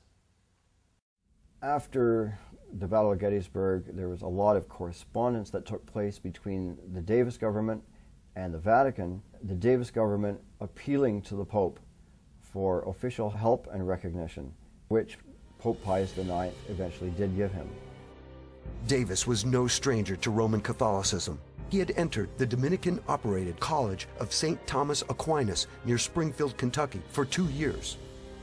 He was the only Protestant student at the school. Interestingly enough, the young Davis sought to become a Catholic, but was encouraged to remain Protestant. One must ask, why would the Roman Catholic Church turn down a convert? Did the Roman Church have plans for Davis that would be better served with him remaining a Protestant? After the war, Davis was sent a portrait of the Pope. Such a gift, said a great niece, was never before conferred on any but crowned heads. General Lee also had his own picture of Pope Pius IX, noting that the Pope was the only sovereign in Europe who recognized our poor Confederacy. Such was the attitude of these leaders of the Confederacy. Men who were easily fooled or who were willingly playing along with the Jesuits' plan. It was these men who led the Protestants of the South into a war that they had no intention of winning. Shades of Korea, Vietnam, and the Gulf Wars come to mind. It should be remembered that for all of its posturing and open statements of support for the South, the papacy was really not on the South side at all. The open but false policy of Rome was that the Pope was on the side of the South. And Chiniquy falls for this delusion in his book, unfortunately. The secret but true policy of Rome was that Rome was completely on the side of the radical red Republicans in the North. Stevens, Sumner, Bingham, the list goes on and on. So, because of this, the Jesuits made a show that they were behind the South to create more animosity on the part of the Northern Protestants against the Southerners of the South, because the Pope's against us by siding with the South. When in fact, we wanted the utter annihilation of the Southern Protestants. Now let us turn our attention to the Union Army. What was true with the Southern generals, Lincoln, to his dismay, discovered was also true with his Northern generals. They had allegiances to others besides the Union and Lincoln. General George McClellan failed to employ his vastly superior forces to defeat Confederate General Lee on numerous occasions, the most famous of which was at the Battle of Antietam. Historian James M. McPherson has pointed out that the 2 corps of troops McClellan kept in reserve were in fact larger than Lee's entire force. The reason for McClellan's reluctance to put his reserve into the fight was that, as in previous battles, he was convinced he was outnumbered. It should also be pointed out that McClellan was a Freemason. The question has to be asked, who was McClellan really listening to, Lincoln or the Jesuit superior general? Earlier, we noted General Lee's disastrous orders to General Pickett at the Battle of Gettysburg. At the same battle, Union General George Meade allowed General Lee to escape. Meade was a Roman Catholic. And after Gettysburg, Lee is allowed to escape because a Jesuit then rides into the camp of Roman Catholic General Meade. And Roman Catholic Meade refuses to pursue Lee's army and captures only 1 gun, when the South could have been defeated right then and there, and there would not have been the rape, pillage, and plunder from 1863 to 65. There would not have been the destruction of General Sherman from Atlantis to Savannah. There wouldn't have been the burning down of Protestant Columbia. The 4 Protestant states of the South that were to be destroyed and plundered were Georgia, North and South Carolina, and Virginia. Those are the states that were plundered. New Orleans was under Butler the Beast, but Roman Catholic Louisiana was not persecuted. But it was those 4 key Protestant southern states that were made war upon. That would not have happened had Lee not been allowed to escape. And Chiniquy writes of this in his book, when the Jesuit rode into the camp and spoke to Meade. So it was a war against the white Anglo-Saxon Protestant Baptist people of the South, perpetrated by not only The generals of the North, Grant and Sheridan and Sherman and all those despicable criminals with their federal banditti and their Roman Catholic Irishmen that they brought over here to steal everything they could steal off the southern plantations and to rape the black southern women that were slaves. It was a general rapine, so bad that many of the black men took their women into the swamps and to deliver them from this Yankee pillage. It was a complete and total grand theft and larceny of the southern people. In spite of the treacherous behavior on both sides, on April 9, 1865, General Robert E. Lee surrendered his Confederate Army to General Ulysses S. Grant at the village of Appomattox Courthouse in Virginia. 2 days later, on April 11th, Lincoln made a speech discussing post-war America. In the speech, Lincoln spoke in a conciliatory manner toward the southern states. Let us all join in doing the acts necessary to restoring the proper practical relations between these states and the Union, they never having been out of it. These words, taken with the amnesty for all Southerners that Lincoln had proclaimed in November of 1863, show us that the President was not looking for further reprisals or punishments against the South. However, Rome and the Holy Alliance wanted no amnesty for the South. And going back to the hated Constitution with states' rights and freedoms derived from the Bible. Lincoln had served his purpose. It was time for his removal. Lincoln was a useful tool, thinking he was actually saving the Union because he wanted to restore the southern states on the same footing they had left the Union, which would have frustrated the purposes of the Jesuit Order by making a consolidated empire out of all the states. To ensure total chaos, the Jesuits decided Lincoln would not be the only target. So they came up with this plan to assassinate not just Abraham Lincoln, but the entire government. The South had lost the Civil War, so they were going to take out Abraham Lincoln, Vice President Andrew Johnson, the head of the Northern Army, Ulysses S. Grant, and the Secretary of the State, William Seward, all in one night. On April 14th, 1865, only 5 days after Lee's surrender, the conspirators struck. Abraham Lincoln was shot while watching a play at Ford's Theater. He died the next morning, April 15th, at 7:22 a.m. Secretary of State Seward was attacked at his home. The assassin, Louis Payne, repeatedly stabbed Seward and escaped. Miraculously, Seward recovered from his wounds.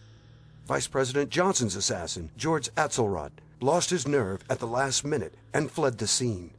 And General Grant avoided his assassin by leaving town earlier in the day to check on a sick friend.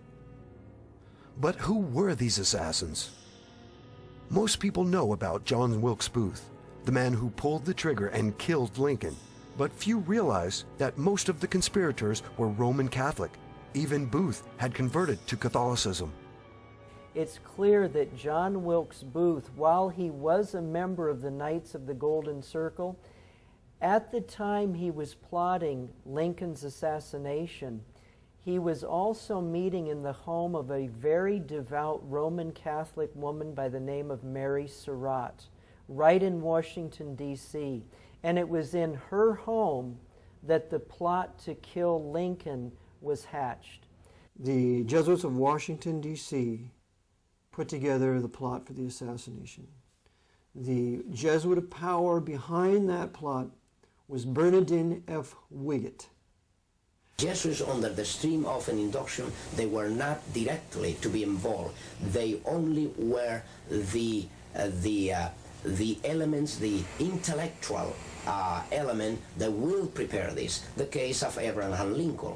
Abraham Lincoln, the president, was killed by the Jesuits of Rome, but there was no Jesuit there involved directly. Nevertheless, was the Jesuit who prepared the plot against his life and prepared and trained those who were to kill him. They arranged it. Yes. To be sure, the assassins were also Southerners, but they were first and foremost Jesuit assassins and agents of the foreign dictator called the Pope. Among the conspirators was Mary Surratt's son, John Surratt. His tale leads to the very doors of the papal palace in Rome. 4 of them were eventually hung, and the rest were sent to prison for various lengths of time.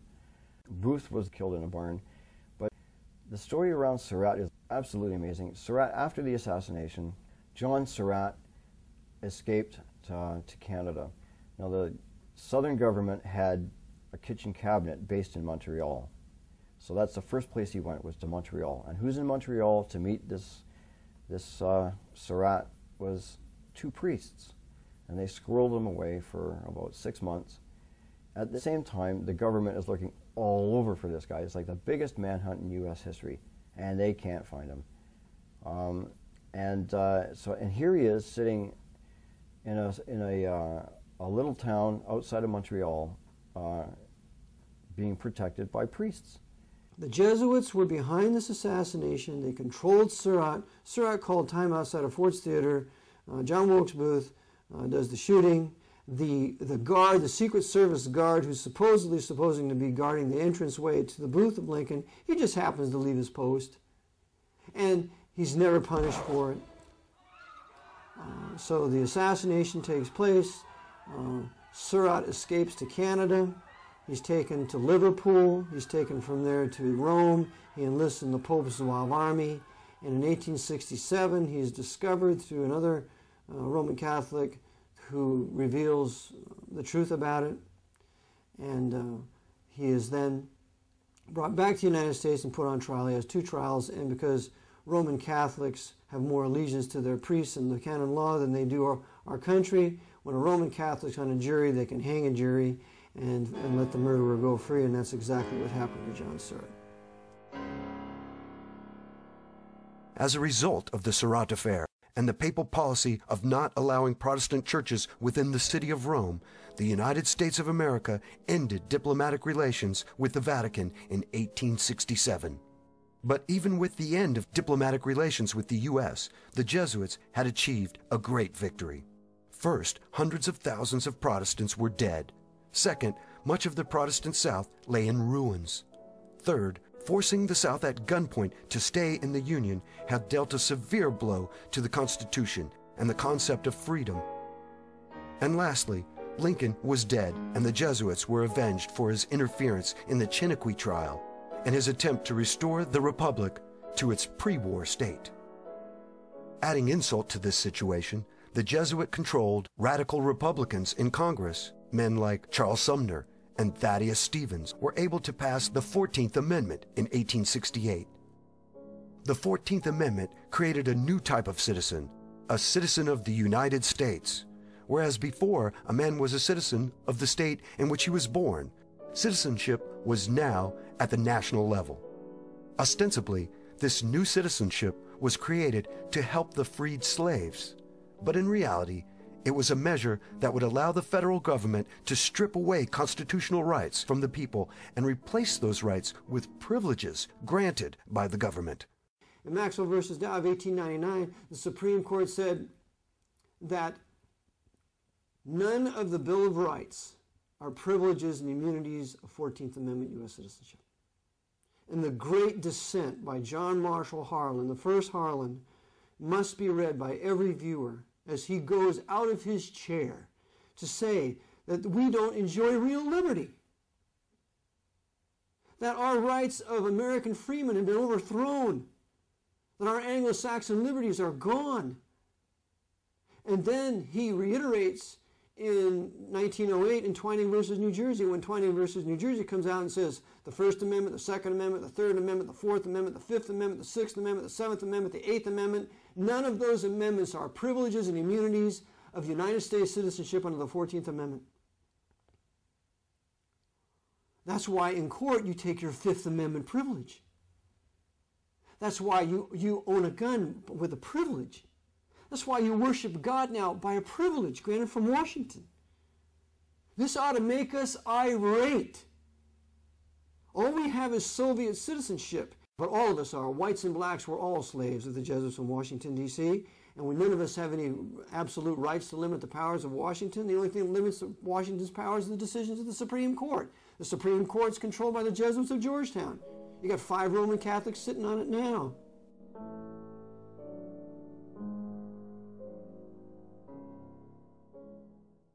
But why was it so important to the Jesuits to create a nation? In his book, A Constitutional View of the Law of the Late War Between the States, Alexander Stephens tells us why. In Volume 2, Alexander Stephens tells us on page 650 the real reason of the 14th Amendment. Quote, consolidation and empire. That's the purpose of the amendment. Consolidation of the states and empire. That's why I call it the Pope's Holy Roman 14th Amendment, corporate fascist, socialist, communist empire created by this 14th Amendment. He goes on and says, they have not as yet openly denied the federative character of the government. However, in direct war upon its principles, their acts have been covertly aimed. This is an exceedingly important fact to be specifically noted and kept in mind. These monstrous reconstruction measures, with all their enormities and fatal tendencies towards ultimate complete centralism and empire, are still based upon the assumption that the states, as separate integral parts, constitute members of what is still, in words at least, acknowledged to be a federal union. All these bold usurpations of power are, upon their face, nothing but resorts to induce or to compel under duress the peoples of the several southern states to go through the forms of adopting the 14th Amendment as an additional article to the Constitution. So, he then concludes, no system of representative government can be long maintained by any people who have not the intelligence to understand it, the patriotism to approve it, and the virtue to maintain inviolate both its form and principles as established. So this is the reason for the 14th Amendment. Consolidation and empire. And this is what Andrew Johnson understood was the purpose, and so he campaigned against it. And he called Lee a hero if that was the real reason for this war, to keep this consolidation and empire from being formed. The 14th Amendment was proclaimed ratified on July 28, 1868. That was the end of the Washington's Republic as established in 1787. So our white Anglo-Saxon, Protestant, and Baptist Calvinist Federal Republic of these United States lasted from 1787 to 1868. And a new nation was established in 1868, and that is called the American Empire in my book, and it has existed from 1868 to the present. And it is squarely in the hands of the papacy for two reasons: for destroying heretics, liberals, perfidious Jews, and infidel Muslims and Buddhists over the last 100 years since the Spanish-American War, or since really the Indian War of the Great Plains. The War of the Great Plains from 1860 to 1890 was the annihilation of the Native American Indians so that they could build an empire from sea to shining sea. A terrible crime. And it was all led by a Roman Catholic Army general named Philip Sheridan, who was advised by America's most powerful Western Jesuit at the time, Pierre de Schmidt. And it was this Philip Sheridan who said, the only good Indian is a dead Indian. With the 14th Amendment, the Constitution of the Founding Fathers was tossed into the dustbin of history, and centralization of power in Washington, D.C. was well underway. Now the American Empire could begin in earnest.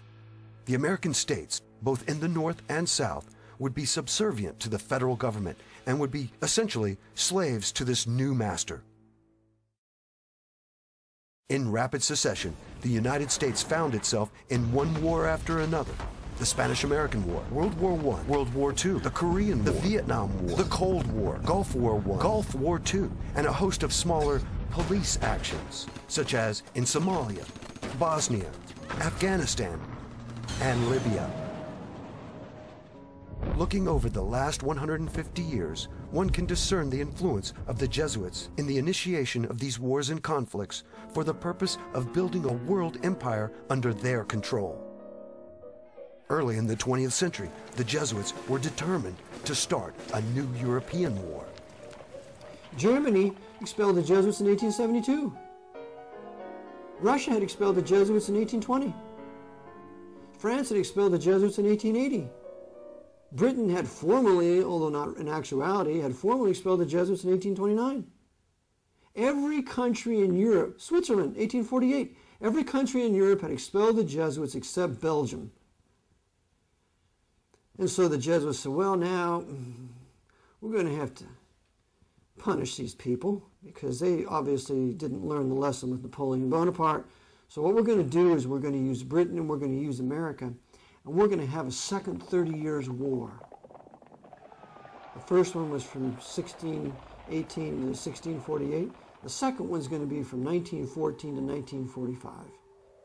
We're going to have World War I. We're going to have the Bolshevik Revolution. We're going to have the Spanish Civil War. We're going to have World War II. We're going to just have continual war for 30 years, and we're going to control all the factions. We're going to control the Allies, and we're going to control the Axis. The assassination of Archduke Franz Ferdinand was the spark that ignited the First World War. Archduke Franz Ferdinand was the heir apparent to the Austro-Hungarian throne. His inclusive policy towards the Slavic peoples and lenient treatment of Orthodox Christian Serbia made him unacceptable to Rome. He therefore could not be allowed to rule. The assassination was set for July 26, 1914.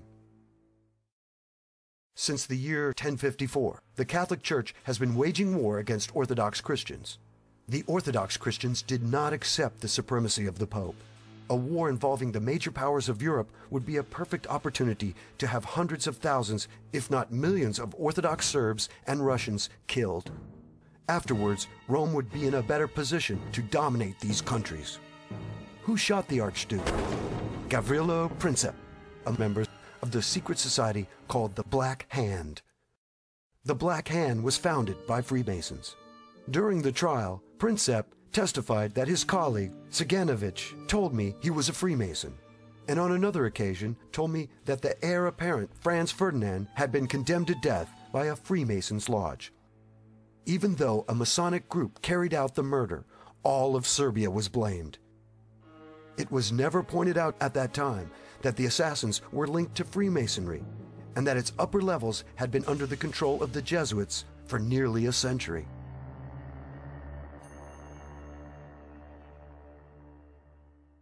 After World War I, a movement was put in motion to have a world government that would help the nations of the world live in peace. A peace controlled by the Jesuits. When this world government, or League of Nations, failed to materialize, the Jesuits pushed forward plans to create a second world war. Even before the end of World War I, the Jesuits had set in motion a plan to bring the Russian Orthodox Christians back into the fold of the Pope's control. Under the direction of their superior general, Vladimir Ledovchkovsky, the Jesuits instigated the Bolshevik Revolution in 1917. This revolution brought communism to Russia. The Jesuits had been thrown out of Russia over 100 years earlier, but now the leader of the Bolsheviks, Vladimir Lenin, admitted the Jesuits back into Russia in 1922. Lenin proved fickle and showed signs of disloyalty to the Jesuits. For this, he was poisoned, and his replacement, Joseph Stalin, was ready to carry on with the Vatican's bidding. As a boy, Stalin had obtained a scholarship to attend Tiflis Theological Seminary. Openly, the school was Orthodox Christianity, but behind the scene, it was run by the Jesuits. In 1931, Stalin was interviewed by Emil Ludwig. Ludwig, do you not admit that the Jesuits have good points? Stalin, yes. They are systematic and persevering in working to achieve sordid ends, but their principal method is spying, prying, worming their way into people's souls and outraging their feelings. Once in power, Stalin killed millions of people, both Jews and Orthodox Christians. He killed anyone who would resist the new Soviet state he created based on Marxism. What many failed to understand was that Marxism was based on the Jesuit slave plantations, or reducciones, in South America, and Sir Thomas More's book, Utopia. What the Jesuits did was they were the masters of communism. Communism originates with the Roman Catholic traitor whose name was Sir Thomas More. Sir Thomas More betrayed King Henry VIII, gave his full allegiance to the Pope, and for which reason Thomas More was executed as a traitor. holding forth the Pope's temporal power over his allegiance to his king. Sir Thomas More is the author of Utopia. Utopia is the foundation for communism. So communism is Romanism. In fact, the orders, the many communities of the Roman Catholic institution, the Jesuit Order, the Redemptorist, that goes on, they run on communist principles of universal equality. Communis is the Latin term. So therefore, communism is a brainchild of the Jesuits, but it has been made to look Jewish through implementing it through Marx and his Communist Manifesto, financed also by another Masonic British Freemason, Engels. Besides establishing communism in Russia after World War I, the Jesuits sought to re-establish the Pope's physical kingdom that had been taken from him in 1871. On June 7, 1929, the Lateran Treaty was ratified, which re-established the Pope's domain called Vatican City. The new Prime Minister of Italy, Benito Mussolini, was instrumental in bringing about the treaty. The treaty occurred only a few months before the economic crash that started in America and quickly spread around the world, called the Great Depression. Approximately $90 million worth of gold in lira, I think it was about $1 billion worth of lira, something like that, was given to the papacy by the Italian government. So for reparations, for lack of a better word, because we had been suppressed from 1870 to 1929, you owe us all this money. So Benito Mussolini enslaves the Italian Catholic people, makes them pay this huge sum, which they didn't want to pay. And what does the papacy do with this money? Well, this treaty's in about February or March. In October, the Jesuits crashed the American stock market. And they used their number one short seller, the Irish Roman Catholic Joseph P. Kennedy, to do it. So they sell short, the margin calls can't be met, the stock market crashes, and what happens? The Vatican takes their millions of dollars that they got from Mussolini and they invest it in all the corporations and businesses that are busted on Wall Street, and they buy it all for pennies. So by the time Wall Street comes back into power, the Archbishop of New York completely controls all the major corporations in this country. As banks began to fail, the Federal Reserve did not act to pump money into the system, which it should have done had those in control of it wanted to keep the banks afloat. As the chaos lingered and many lost their jobs and were driven into poverty, the Jesuits created a dictatorship out of the office of the President of the United States. In March 1933, the new president, Franklin Delano Roosevelt, signed into law a state of national emergency. Under such a state of emergency, the Constitution was set aside, ostensibly for the public good, until the emergency was canceled by the president. Roosevelt never canceled the emergency. This was verified in 1973 by the Church Matthias Committee and published in Senate Report 93-549. No American president since then has canceled the emergency. And even though Congress passed the National Emergency Termination Act in 1974, this termination was in name only. The reality was that the emergency powers taken were never returned. They continued in the U.S. Code as permanent powers. Thus, we are currently in a state of emergency or dictatorship. It should also be noted that Roosevelt was a 32nd degree Freemason. FDR was obliged to follow the orders of the head of this secret society. His oath to Freemasonry superseded his oath to the U.S. Constitution. And as we have seen, the man in control of Freemasonry was the Jesuit Superior General. In Germany, the Vatican had in place Adolf Hitler. It is usually not emphasized, but Hitler was a Roman Catholic. Hitler praised the Roman Catholic Church, saying that, until now, there has never been anything more grandiose on the earth than the hierarchical organization of the Catholic Church. Heinrich Himmler, Hitler's head of the SS, was also a Roman Catholic. Friedrich Hofhet wrote, "Hitler, Goebbels, Himmler, and most members of the party's old guard were Catholics.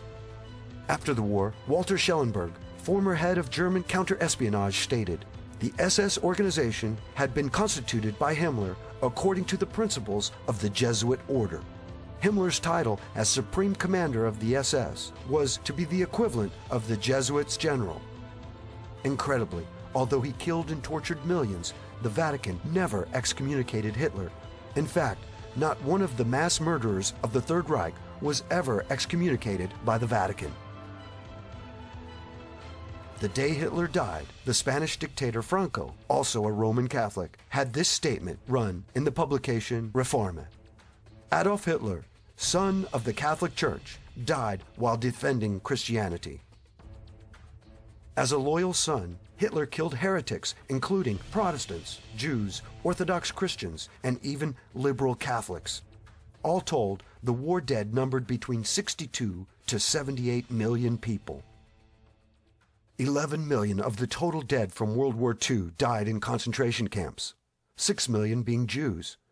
The Jewish Holocaust was never condemned by Pope Pius XII, or for that matter, by any other pope. Why this silence? The Jews, like all heretics, resisted conversion to Roman Catholicism and obedience to the Pope. Who financed Hitler? The answer is clear and easily verified. The Vatican and many of the wealthy elite in the West gave Hitler the money he needed to build the Third Reich. As early as 1919, Archbishop Eugenio Pacelli met a young Adolf Hitler in Munich. The meeting occurred at night while all the household was asleep except for the nun who attended Archbishop Pacelli. Her name was Pascalina. According to Pascalina, Hitler told Pacelli that he was out to check the spread of aesthetic communism in Munich and elsewhere.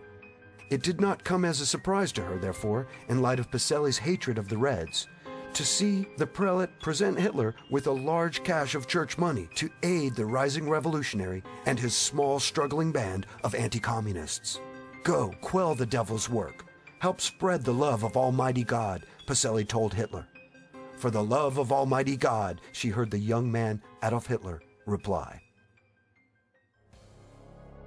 Money for this young revolutionary also came from industrialists in the West. Hitler's rise to power was financed by London and New York and Berlin. They were the Knights of Malta running the banking institutions of the world.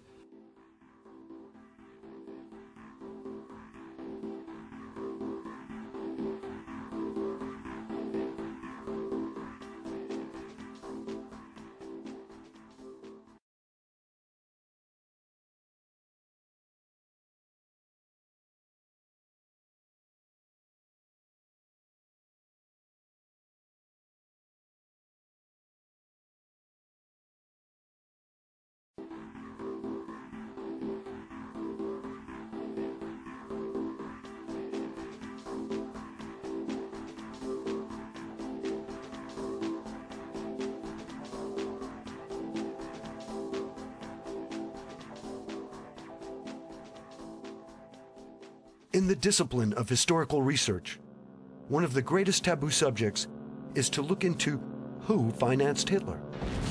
The answer is clear and easily verified. The Vatican and many of the wealthy elite in the West gave Hitler the money he needed to build the Third Reich. Many do not realize that Prescott Bush, the grandfather of President George W. Bush, and George Herbert Walker, the maternal great-grandfather of President George W. Bush, were Nazi collaborators. Along with Averell Harriman, they set up Union Banking Corporation as a complex money laundering operation for a number of Nazi front businesses. Documents at the National Archives and the Library of Congress show conclusively that Prescott Bush and George Herbert Walker should have been tried for treason because their Nazi dealings continued after the U.S. entered World War II. They had continued to do business with their primary Nazi patron, who was Fritz Thyssen, who backed Hitler beginning in 1921 and who was the wealthiest man in Germany, and a steel and coal baron who, with his partner Friedrich Flick, essentially built the Nazi war machine along with I.G. Farben. In 1951, when Fritz Thyssen died in Argentina, Union Banking Corporation was liquidated by the U.S. government, and Prescott Bush received $1.5 million for his holdings in his Nazi business, and that was the beginning of the Bush family fortune for all intents and purposes. George Bush doesn't take his philosophical foundation from the Bible or the teachings of Jesus in the Sermon on the Mount. George Bush takes his inspiration from what he learned in Skull and Bones and from the Thule Society that Hitler and Goebbels and Goring cut their teeth in, Bohemian Grove, these evil organizations that perpetrate the ugly things that these criminals are doing to this country for which they must be held accountable. The Jesuits created the Illuminati in 1776. The American branch of the Illuminati was called Skull and Bones and has its headquarters at CIA recruiting ground, Yale University. Prescott Bush was a member, as was his son and grandson, President George W. Bush. It is interesting that in the 2004 presidential election, two Skull and Bones members ran against each other. You were both in Skull and Bones, the secret society. It's so secret we can't talk about it. What does that mean for America? The conspiracy theorists are going to go wild. I'm sure they are. I don't know. I haven't seen the web. Number 322? First of all, he's not the nominee. And, look, I look forward... Are you prepared to lose? No, I'm not going to lose. You both were members of Skull and Bones, a secret society at Yale. What does that tell us? Not much, because it's a secret. Is there a secret handshake? Is there a secret code? I wish there were something secret I could manifest. 322, secret number? There are all kinds of secrets, Tim, but one thing is not a secret. I disagree with this president's direction. It is evident that the Bush family and others are under and have been under the control of the Jesuits for decades. Most people are familiar with Hitler's book, Mein Kampf. However, it may surprise many that Hitler did not write the book. Adolf Hitler was not a writer. Adolf Hitler was a newspaper reader. According to Kurt Kruger's great book, I Was Hitler's Doctor, it was published in 1934, he said that Hitler's lair was just filled with old newspapers, that's all he ever did was read. These old newspapers. He was not a writer. He was not a student of history. He was not a student of culture. If you read Mein Kampf, whoever wrote it knew the cultures of many different countries over many different centuries. They knew all about political practices. The writers of Mein Kampf were brilliant. And Mein Kampf, according to Leo Lehman, who was an Irish Roman Catholic priest, who wrote Behind the Dictators in 1942, said that Father Bernard Stampfel was the real author of Mein Kampf. Adolf Hitler was created to be an instrument of the Jesuits, and like Napoleon, Hitler served his creator well. Millions of the Vatican's enemies were dead, and America forgot George Washington's warnings and abandoned its policy of isolationism. During World War II, the Vatican targeted the Orthodox Christians in Croatia for destruction. As in World War I, the Orthodox Serbians of Croatia suffered again in World War II. A campaign of terror and murder was inflicted on the Serbs by the Croatian Ustaše regime. The leader of the Ustaše was Ante Pavelić, a Roman Catholic. Pavelić and the Ustaše murdered around 500,000 people, while 250,000 were expelled and another 200,000 were forced to convert to Catholicism. Like the Jewish Holocaust, Pope Pius XII never condemned these atrocities, nor has any pope since then condemned them. Once the war had concluded, the Vatican helped former Nazis escape Germany to safe havens in South America. They even helped Ustaše leader Pavelić escape to Argentina. Pope Pius XII was the pope who saved hundreds of thousands of Europe's Nazis who passed through Vatican monasteries, Dominican, Benedictine, and Jesuit, where they were given shelter, new identities, new passports, sent largely to South America, but there were plenty sent elsewhere, including to the United States, where there was even a program to get the good ones out, Operation Paperclip, which is well known. But Canada let in, and I know this, Mackenzie King let in tons of Nazis who passed through the Vatican monasteries, and this Pope Pius XII could, it's impossible he didn't know about that. After World War II, a conflict began between the Western powers, mainly the US and Britain, and those of the East, the Soviets and the Chinese. It came to be called the Cold War. From its beginning, the Cold War was a way of keeping the world in chaos and fear, pitting the Christian nations against the communist nations. And most importantly, a way to keep the spotlight off the Vatican. Many people knew of Rome's backing of the Catholic dictators of Europe. They also knew of Rome's aid in helping many of them to escape. The Vatican had not been punished for these crimes. In fact, Pope Pius XII should have stood before the judges at Nuremberg. The Jesuits used the Cold War as an effective diversion for Rome. It worked like a charm. To get it started, a rock in the road had to be removed. That rock was General George S. Patton. At the end of World War II, General George Patton wanted to attack the Soviet Union. Patton saw the menace to the free world communism was and wanted to go ahead and end it. Patton's conversation to General McNarney in 1945 was revealing. Why do you care what these goddamn Russians think? We are going to have to fight them sooner or later. Why not do it now while our army is intact and the damn Russians can have their hind end kicked back into Russia in 3 months? The Jesuits could not allow the Soviet Union to be destroyed. As Robert Wilcox lays out in his book, Target Patton, Roman Catholic William Donovan, head of the OSS, arranged for the assassination of Patton. Patton had survived 3 previous attempts on his life. He also survived the 4th, but was hospitalized. While in the hospital, a refined form of cyanide was given to him that can cause or appear to cause embolisms and heart failure. After making preparations to leave the hospital, Patton's health took a sudden turn for the worse, and he died. The result was that the Jesuits got their Cold War.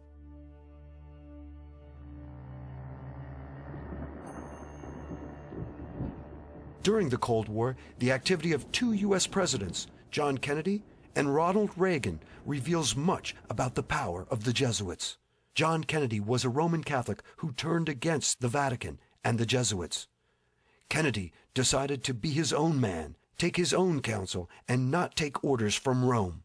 He turned out to be a liberal Catholic, which is just as obnoxious to the Vatican as a Protestant or any heretic.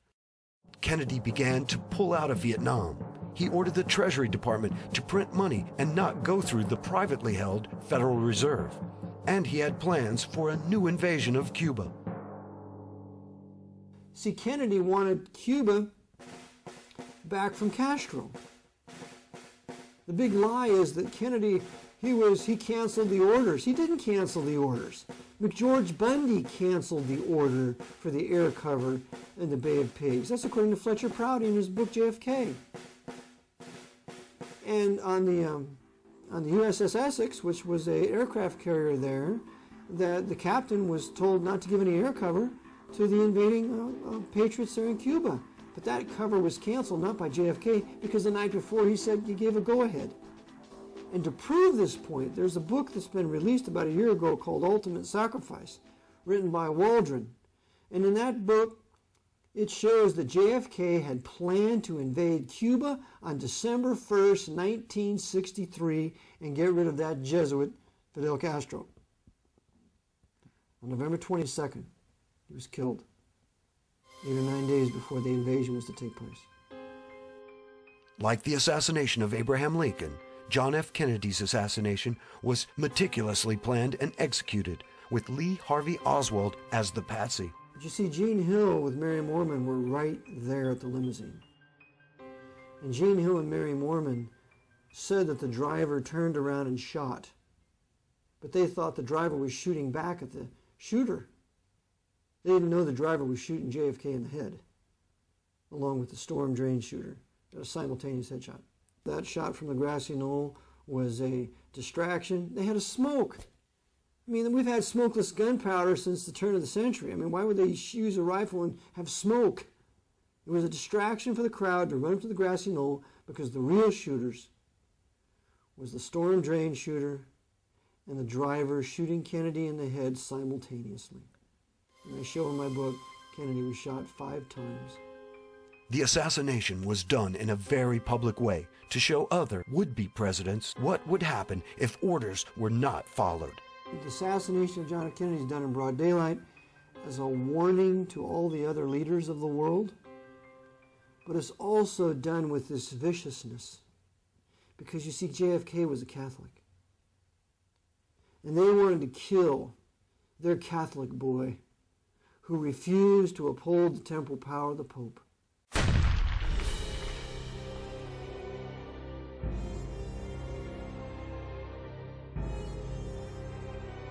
So they killed him viciously and cruelly as a warning to any other Catholic who would dare trammel the temporal power of the Pope. In contrast to Kennedy, Ronald Reagan did everything he could to court Vatican approval after an assassination attempt on his life in 1981. Well, Ronald Reagan was advocating some things that would have built the middle class that were generally pretty good. He was talking like a conservative.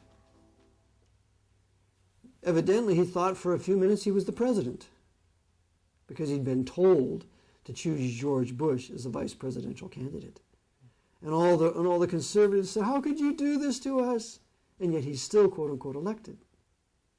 So Reagan starts to advocate some pretty good things. And so, we're going to punish you, Ronnie. And so they carried out the attempted assassination. If he survives, he'll do what he's told. If he doesn't survive, well, then George Bush will openly take his place and be the president. Either way, we win. So Jerry Parr, the Secret Service agent, shoots Reagan inside the vehicle and makes it look like Hinckley is the one who shot him. Hinckley did not shoot Reagan. Reagan was untouched at the time he was entering the limousine. He was shot inside the limousine by a Secret Service agent, and then, phenomenally enough, a Jewish doctor saved his life. So Bush was a part of this, of course. He was not openly made the president, but he was secretly the president during the entire 2 terms of Ronald Reagan. President Reagan has come to fulfill the greatest moment in the history of this conspiracy, because no other president has come as close as President Reagan with the Vatican, and even not even John F. Kennedy. What that means is they have done to President Kennedy, to President Reagan, what they were not able to do even through a Roman Catholic president. In 1984, Reagan established diplomatic relations with the Vatican. Not since 1867 had there been any official contact between the 2 countries. That relationship was formally restored by the worst president America has ever been disgraced with, our greatest traitor, Ronald Reagan. When he restored diplomatic relationships with the Vatican, formally recognized the sovereign state of Vatican City as a nation, and now America can enter into a concordat with the Pope, as warned by ex-Jesuit Alberto Rivera for many years. Ex-Jesuit priest Alberto Rivera also revealed a secret concerning the inauguration of Ronald Reagan that some noted at the time, but few fully understood. Alberto Rivera made a startling statement in which he said there would be a sign given to Jesuits throughout the world when all churches would be taken over by the Jesuit Order. The sign was to be when a president of the United States took his oath of office facing an obelisk. For the first time in U.S. history, the swearing-in ceremonies were moved to the west front of the Capitol, and President Reagan faced the Washington Monument. After Reagan's presidential reign, the Berlin Wall came down in 1989, and the Cold War ended. However, instead of greater freedom, nations around the world found their governments becoming more repressive. terrorism became the new foe, and the United States and other Western governments pledged to fight this new enemy at all cost.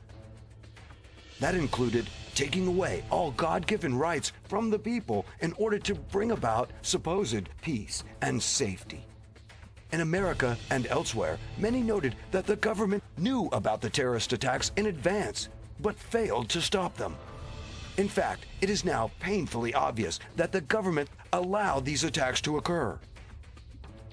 Unfortunately, the American people find themselves in the same situation and making the same mistake that the Southern people made before the war between the states.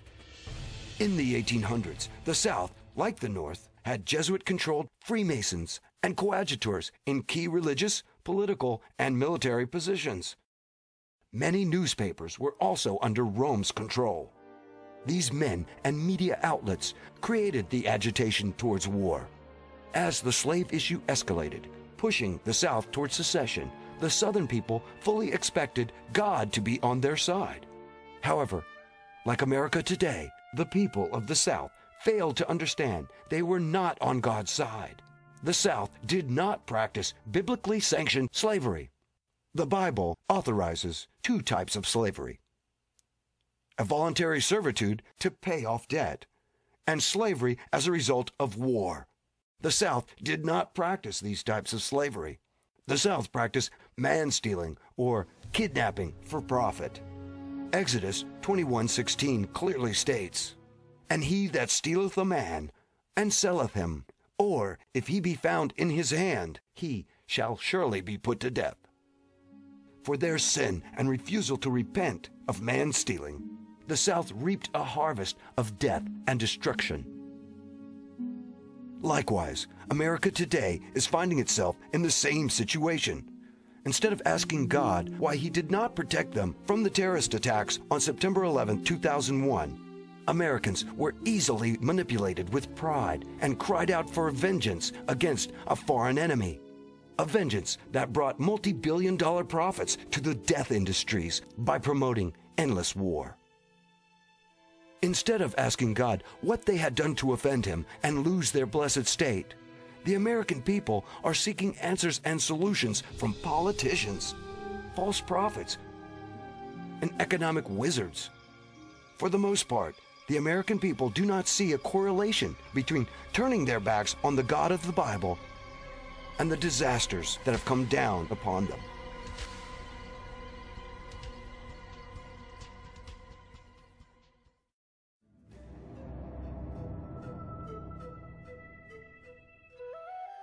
At the beginning of the 20th century, the Jesuits decided to implement their plans to create a central bank in the United States.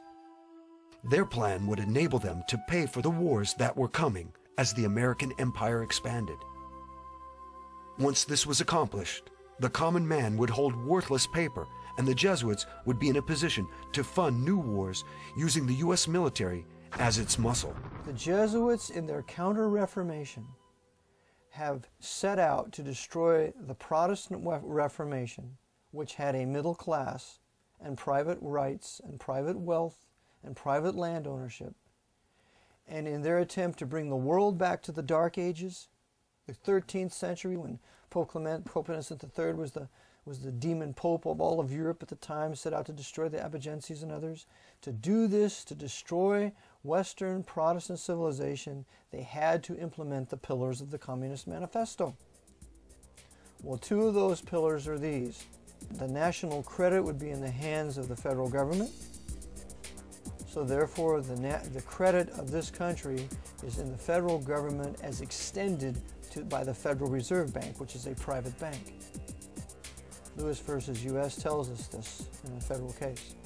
So this private Federal Reserve Bank, which is controlled by the Vatican through its various orders, particularly the old crusading orders like the Knights of Malta and the Knights Templars, which are today high-level Freemasons, they have put upon us this horrible Federal Reserve Bank, which is the Pope's bank, to finance all the Pope's crusades since no later than the Spanish-American War of 1898 to the present. In order to create this central bank, certain obstacles had to be overcome. First, those opposed to a central bank would need to be removed, and secondly, the law would need to be changed, or simply appear to be changed. To deal with the troublesome individuals who opposed a central bank, the Jesuits spared no expense. They built a ship of death called the Titanic.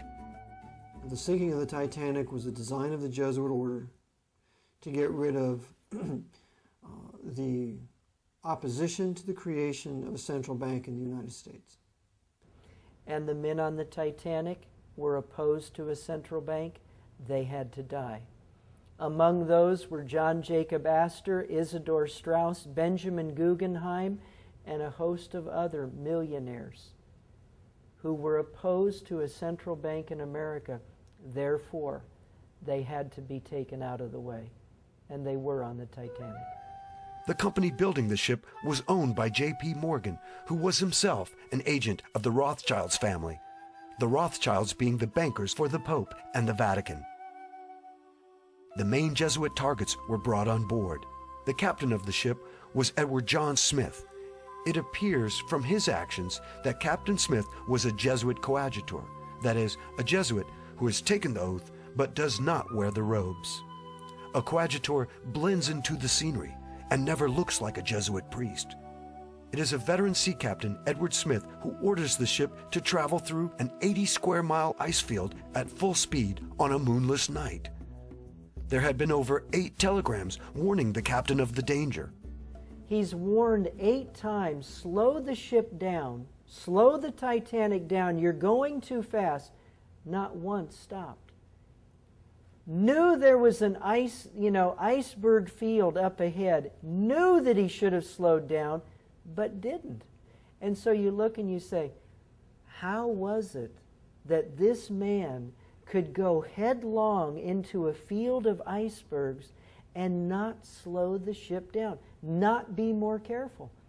The only conclusion you can draw is, as a coadjutor of the Jesuit Order, right through the line, the chain of command, he was told, sink the ship. And he did. On board the Titanic, and this is all documented in a National Geographic video that was put out in 1986. You can go to your local library, and they'll either have it on hand or they can get it on library loan. But on that videotape, it shows that as the Titanic was coming up along the coast of England, it had various stops. And at one stop, a Jesuit priest got on board. His name was Francis Brown. Francis Brown got on board the Titanic, took pictures of all of the wealthy people, took pictures of Edward Smith, the captain, and then, just before the Titanic set sail across the Atlantic, Francis Brown got off. And then, of course, the Titanic sunk. Well, Francis Brown is given a camera by his bishop, by his uncle, the bishop, and he is told to go down and take all these pictures of all these people we're going to kill in first class. And so that's what he does. He takes picture of all these rich people, everybody that's there is going to go down, and a rich passenger offers him passage. Well, he knows the ship's going to go down, but he very sheepishly got in contact with his provincial. And the provincial's message was, get off that ship. Like Brown, another noted passenger, Jesuit agent J.P. Morgan, did not make the ill-fated sea voyage. Even though booked on the ship for passage to America, Morgan also fortuitously canceled at the last minute. Of course, J.P. Morgan, he had his own suite reserved for him. And there were some 55 men who at the last minute canceled their reservations on the Titanic. J.P. Morgan was one of them. Said he was sick. Oh, by the way, and don't load any of my art treasures on the Titanic either. So he didn't have any of his art treasures on it either. Didn't lose any of that. How do we know there was foul play involved with the Titanic? When the iceberg was sighted, it was First Officer Murdoch who attempted to port around the deadly object. This was sound enough, but Murdoch also ordered the engines into reverse. Author Wynne Wade asked the obvious question. As long as Murdoch was trying to veer out of the iceberg's way, why had he jammed on the brakes, so to speak, by throwing the engines full speed astern? In point of fact, the 1910 edition of Knight's Modern Seamanship clearly contradicted Murdoch's decision. The instructions are clear. Avoid reversing the engines. Wade sums up the situation by saying, Murdoch had maneuvered in a manner more likely to cause collisions than to prevent them. As with many who investigated the Titanic disaster, author Wynne Wade was at a loss to explain Murdoch's actions in going against the book. But the captain and Murdoch's actions were not the only telltale signs of treachery on the night the Titanic sank. We see all sorts of anomalies in the Titanic. For example, when it was sinking, the emergency flares were to be red, so that ships in those lanes could see the Titanic was in trouble. Well, someone had taken away the red flares and replaced them with white flares, making it look like we were shooting off flares and having a party.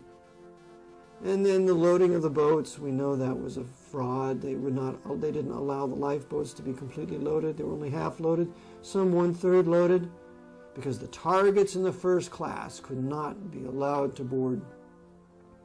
And the Jesuits were not only the captain, but his officers, and there had been a strike in England at the time, and the men who were normally the ones who would man the ocean liners, they were replaced by Jesuit coadjutors ready to board because they were all under oath to die for the Black Pope if necessary, and so they did carry out the sinking of the Titanic.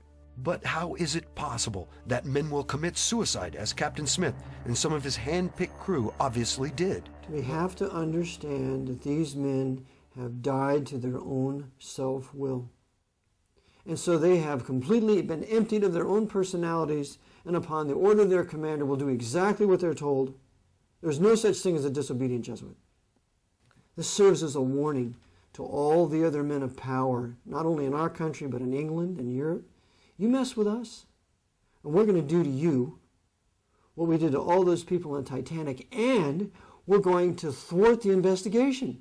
Because a subsequent investigation of the sinking of Titanic blamed Bruce Ismay, the right-hand man of J.P. Morgan, and Captain Lord of England. They were the scapegoats, when they could have easily blamed the men of power at that time.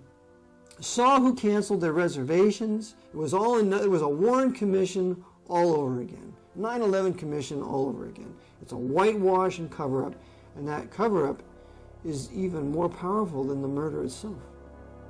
After many of the leading opponents to a central bank had been removed, the Jesuits moved to obtain passage of the 16th Amendment and the Federal Reserve Act, both in 1913. So they created the Federal Reserve Bank to finance their crusades. Without the Federal Reserve Bank, there's no war in Iraq. Without the Federal Reserve Bank, there's no World War II. There's no World War I. And there's a book written by Katz called The Money Changers, and in it he says that it's the Federal Reserve Bank and the creators of all this paper currency, fiat money, credit out of thin air. Without that, you don't have these wars. So they needed the Federal Reserve Bank to create wars on heretic and liberal peoples in Europe so that they could restore the Pope's temporal power throughout the European nations that was being thrown off in the 1800s.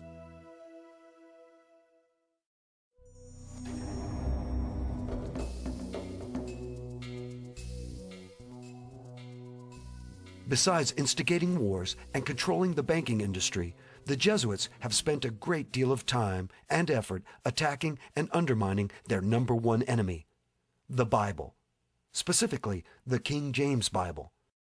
As stated in Leone's The Secret Plan, the Jesuits view the Bible as a serpent that must be made into a harmless rod. In an effort to undermine the validity of the Bible, especially the book of Genesis, the Jesuits promoted Charles Darwin's unproven theory of evolution. Evolution theory postulates that man evolved or came about by chance. There was no God or divine agent at work in creating the world. all life had simply developed over time by mutations from a single cell that was formed billions of years ago. Supposedly, man himself had evolved from primitive ape-like creatures to his present state. When the evolutionary theory needed proof of its validity, a young Jesuit priest by the name of Pierre Teilhard de Chardin appeared on the scene. In 1912, Teilhard assisted Charles Dawson at the digs in England where the Piltdown Man was discovered. This so-called missing link convinced most of the world that mankind had evolved from more ape-like creatures. It was not until 40 years later that the Piltdown Man was discovered to be a hoax. Philip Johnson, in his book Darwin on Trial, has this to say. Many persons familiar with the evidence, including Stephen Jay Gould and Louis Leakey, have concluded that Teilhard de Chardin was probably culpably involved in preparing the Piltdown fraud. By the time Piltdown Man was exposed, a generation had been indoctrinated into the belief that the evolutionary theory had a solid foundation in science. The truth of the matter is that the evolutionary theory is questionable or bad science, with no solid foundations in truth.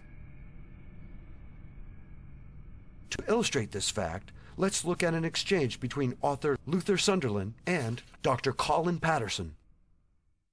Luther Sunderland was a creationist author and exponent. In 1978, Dr. Patterson, a senior paleontologist at the British Museum of Natural History in London, published a book entitled Evolution. Sunderland wrote to Dr. Patterson and asked why the preeminent evolutionist had not included any pictures of transitional fossils in his book. Dr. Patterson candidly replied, "I fully agree with your comments on the lack of direct illustrations of evolutionary transitions in my book. If I knew of any, fossil or living, I would certainly have included them. You suggest that an artist should be used to visualize such transformations, but where would he get the information from? I could not, honestly, provide it, and if I were to leave it to artistic license, would that not mislead the reader?" Like a bombshell, this statement by Dr. Patterson hit the evolutionary world and enraged it. Patterson sought to pacify his evolutionary colleagues, but he never recanted. To those who had a modicum of common sense, it was evident that the evolutionary emperor was not wearing any clothes. Evolution was just a theory that had no hard evidence to back it up. In his 1996 book, Darwin's Black Box, Dr. Michael Behe made this rather pointed observation. In the face of the enormous complexity that modern biochemistry has uncovered in the cell, the scientific community is paralyzed. No one at Harvard University, no one at the National Institutes of Health, no member of the National Academy of Sciences, no Nobel Prize winner, no one at all can give a detailed account of how the cilium, or vision, or blood clotting, or any complex biochemical process might have developed in a Darwinian fashion. But in spite of this and other overwhelming evidence that the evolutionary theory had no foundation in fact, the Vatican came out with an extraordinary statement. On October 22, 1996, the same year as Behe's book, Pope John Paul II issued a statement to the Pontifical Academy in which he said, "New knowledge has led to the recognition of the theory of evolution as more than hypothesis." This endorsement of evolution showed the true nature of the Vatican. The God of the Bible had to be denied and relegated to the past. The Jesuit plan to cast doubt on the Bible as God's word of truth had come a long way. But Darwin's theory of evolution was not their greatest achievement in undermining biblical authority. The Jesuits set in motion an attack on the original Greek text of the Bible. The New Testament was written in Greek. For over 1900 years, the Greek text of the Scriptures had endured and come down to us as it was read by the first Christians. To be sure, we now only have copies of the originals, but the text has remained the same. Today, there are 5,686 Greek New Testament manuscripts in existence.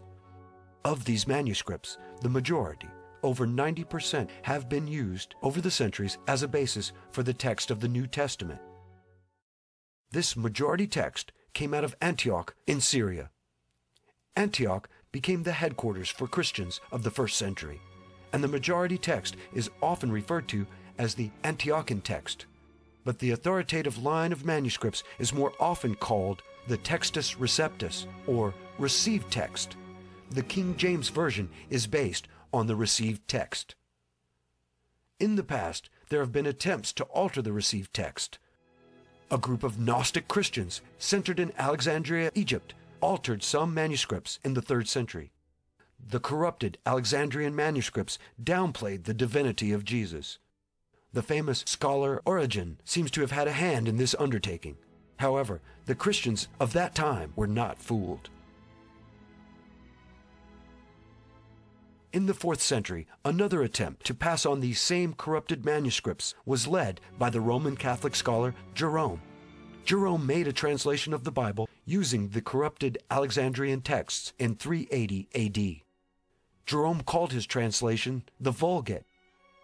Jerome's new translation was promoted by Rome, and those who did not use it were persecuted. It was not until the Reformation that the uncorrupted received text was again used to translate God's Word into the common language.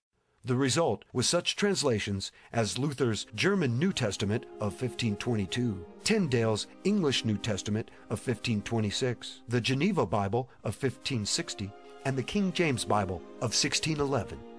Since 1611, the King James Bible supplanted other English translations to become the most revered and cherished translations of Protestant Christians throughout the world. Then, in the late 1800s, two men worked to change that. These two biblical scholars were Brooke Foss Westcott and Fenton John Anthony Hort. Westcott and Hort created a new critical text based on the theory that the New Testament was preserved almost perfectly in the two oldest manuscripts, the Sinaiticus and the Vaticanus. The Sinaiticus manuscript was discovered in 1844 in a Roman Catholic monastery. Facsimile copies of the Vaticanus manuscript were brought out of the Vatican Library in the late 1800s. Both of these manuscripts were from the corrupted Alexandrian line. Using these two manuscripts as a foundation, Westcott and Hort began to put together their Greek text of the New Testament in 1853. In 1881, they completed and published their work.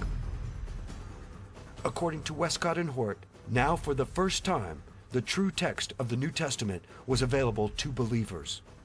Significantly, it is from the Westcott and Hort Greek text that many modern Bible translations have been produced. And what has been the effect of this change to those in the pews listening to the Word of God? With regard to John 1:18, we read in the King James Version, "No man hath seen God at any time. The only begotten Son, which is in the bosom of the Father, he hath declared him." The same verse in the New International Version, based on the Westcott-Hort text, reads, "No one has ever seen God, but God the one and only, who is at the Father's side, has made him known." Despite the somewhat confused rendering in the NIV, the change really amounts to altering only begotten Son to only begotten God. The appearance of this alteration in a small body of text originating from the veritable capital of Gnosticism, Alexandria, would suggest that the Gnostics made their mark in these texts and at this verse. Gnostics saw matter as evil and spirit as good. God was spirit and could not be involved with wicked matter or flesh, especially in the conception of a child. To Gnostics, the virgin birth was an impossibility. Another example of the corrupt influence of the Alexandrian manuscript was found in Acts 2:30. King David is spoken of in this verse as, "Being a prophet and knowing that God has sworn with an oath to him, that of the fruit of his loins, according to the flesh, he would raise up Christ to sit on his throne." The same verse in the New International Version, based on the Westcott-Hort text, reads, "But he was a prophet and knew that God had promised him on oath that he would place one of his descendants on his throne." This is a clear-cut example of the removal of a biblical statement concerning the literal incarnation and physical descendants of Jesus Christ from David. This is in line with many Gnostic systems, which viewed Christ as a purely spiritual being, an aeon emanating from the everlasting. The reading presented in the traditional text, where Christ in the flesh is said to be in physical descendants from David, would be antithetical to these speculative systems. There are many other examples that can be used to illustrate the point that the Westcott and Hort Greek text holds contrary views to the doctrines and teachings of the majority of the existing Greek manuscripts. Unfortunately, most Christians today are ignorant of this and still rely on the corrupt Westcott and Hort Greek text. Since they have had such an impact on the biblical text from which many modern translations come, it might be helpful to know more about Westcott and Hort. Supposedly, these men were Protestants. Specifically, they were Anglican or Church of England scholars. Moreover, unlike what one would expect from a believer in the truth of the Word of God, Westcott did not believe that the first 3 chapters of Genesis should be taken literally. In a letter to Hort, Westcott stated, "No one now, I suppose, holds that the first 3 chapters of Genesis, for example, give a literal history.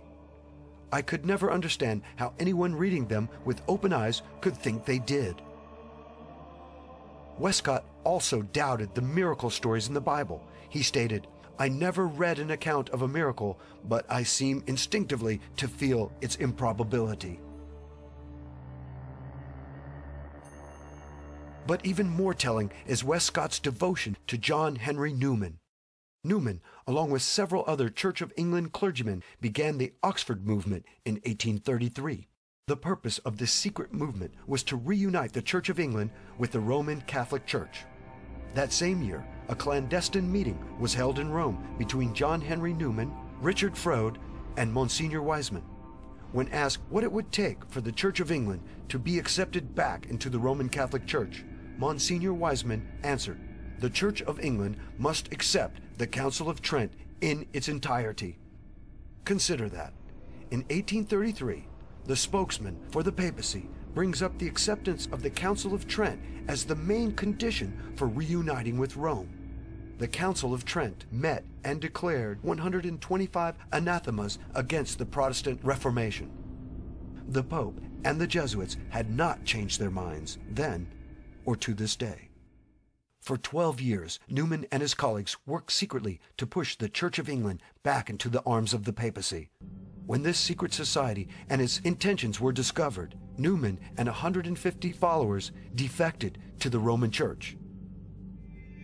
It is apparent that Westcott was one of Newman's disciples who did not defect, but rather remained as a tool of Rome. Westcott's scholastic partner and pupil, Fenton John Anthony Hort, was no better in his biblical faith. Although Hort doubted the existence of a literal devil and of eternal punishment for the godless, he did believe in the Roman Catholic concept of purgatory. Hort stated that the idea of purgation, of cleansing as by fire, seems to me inseparable from what the Bible teaches us of the divine chastisements. Hort also adhered to the Roman Catholic teaching of baptismal regeneration. Hort stated, "We maintain baptismal regeneration as the most important of doctrines. The pure Romish view seems to me nearer and more likely to lead to the truth than the evangelical." These false teachers worked ceaselessly to undermine the King James Version of the Bible and install new Bible versions more acceptable to the Vatican. Bible versions like the Revised Standard Version, the American Standard Version, the Living Bible, and the New International Version of the Bible. As mentioned earlier, the NIV is based on the Westcott-Hort Greek text and its successor, the Nestle-Aland Greek text. A Jesuit translator, Carlo Cardinal Martini, was on the translation committee for the NIV. For this supposedly Protestant translation of the Bible, a representative of a group sworn to destroy Protestants sat on the committee that created a Protestant Bible. So, is this really a Protestant Bible? Once doubt had sufficiently been cast on the Bible and its veracity, the Jesuits knew the public would be less inclined to rise up in revolt as more open and drastic measures were taken to suppress the true Word of God. In the 1962 Engel versus Vitale case, the U.S. Supreme Court voted that prayer in public school was unconstitutional. Why? Because it violated the First Amendment. Prayer in school had not violated the First Amendment for 175 years, but suddenly it did? The following year, in the case of Abington versus Shemp, the Supreme Court voted that the reading of the Bible was also a violation of the First Amendment. How did the Supreme Court arrive at these decisions? One only has to know that the Chief Justice of the court, Earl Warren, was a Freemason to see why the court voted as it did. And why did the President and Congress not impeach these Supreme Court justices and remove them from the court? The answer is simple. The President and Congress agreed with the decision. Otherwise, these godless justices would have been impeached and removed.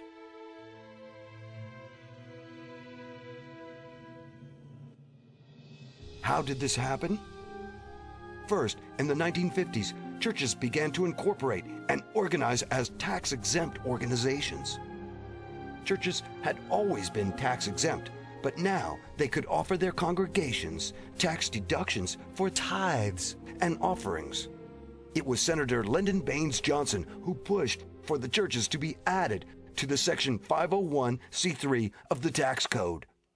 For a 501c3 church to openly speak out or organize in opposition to anything that the government declares legal, even if it is completely immoral, the church will jeopardize its tax-exempt status.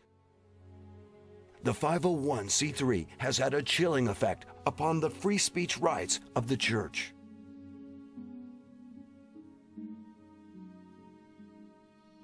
Another reason for the demise of the Protestant churches in America was that church pulpits and leadership had been infiltrated and subverted by Freemasons and Jesuit coadjutors. It was at this time, the late 50s and early 60s, that the Second Vatican Council met and set new goals for achieving old purposes. Vatican II fits right in harmony with the Council of Trent, because what you have is at Trent, the Catholic Church said, we will not compromise with Protestantism.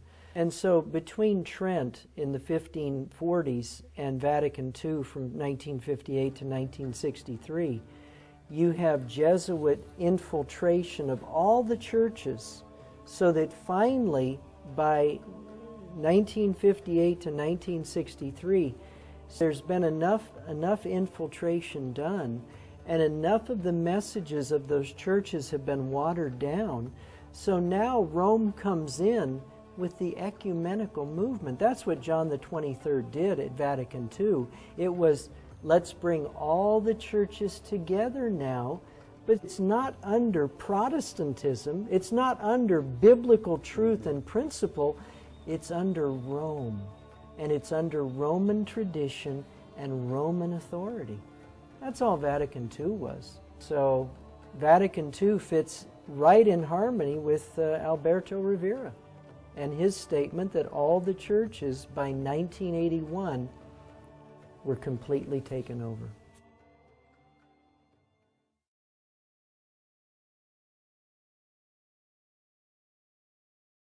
What is the ultimate goal of the papacy? What is it that has not changed since the meetings in Vienna, Verona, and Chery in the early 1800s? The answer is domination of the world. The Vatican is seeking to create a one-world government or New World Order. And what will be the capital of this world government? Not Rome, but Jerusalem. In 1993, the Italian newspaper La Stampa carried a curious article that said the Vatican had gained control of a portion of the Temple Mount in Jerusalem. They want their capital back. The Crusades haven't ended. They've done this before. It's not a new phenomenon here. What the Vatican wants is, Rome is their second capital. They want a crusade to liberate what they view as their actual physical capital. And that's where they don't want Jews in Jerusalem. What they're trying to do with this war now is take an eraser to all of these countries, right? Now you have no more countries. One massive trading bloc, right? In the middle of this, you've got a city that is revered big time. The papacy has wanted to move from Rome to Jerusalem ever since the very first crusade. They still want to do that. And how do we know this? We know this because a person named Marc Halter, the French intellectual friend of Shimon Peres, gave an interview in a now defunct magazine, Israeli magazine Shishi, where he said, in May of 1993, I delivered a letter to the Pope, Shimon Peres, promising the Vatican East Jerusalem. And he gave a few details. East Jerusalem would be policed by the UN. The Vatican would get control of all holy sites of all religions. And the PLO would get a state within this enclave. The Vatican gets the holy sites, and the UN gets to police the place. And now we've got two magazine confirmations, and Arafat agreed to this. According to Lestafa, 3 days before the signing of the Declaration of Principles, Arafat agreed to the deal. And then when he didn't get the deal, the terror started in earnest.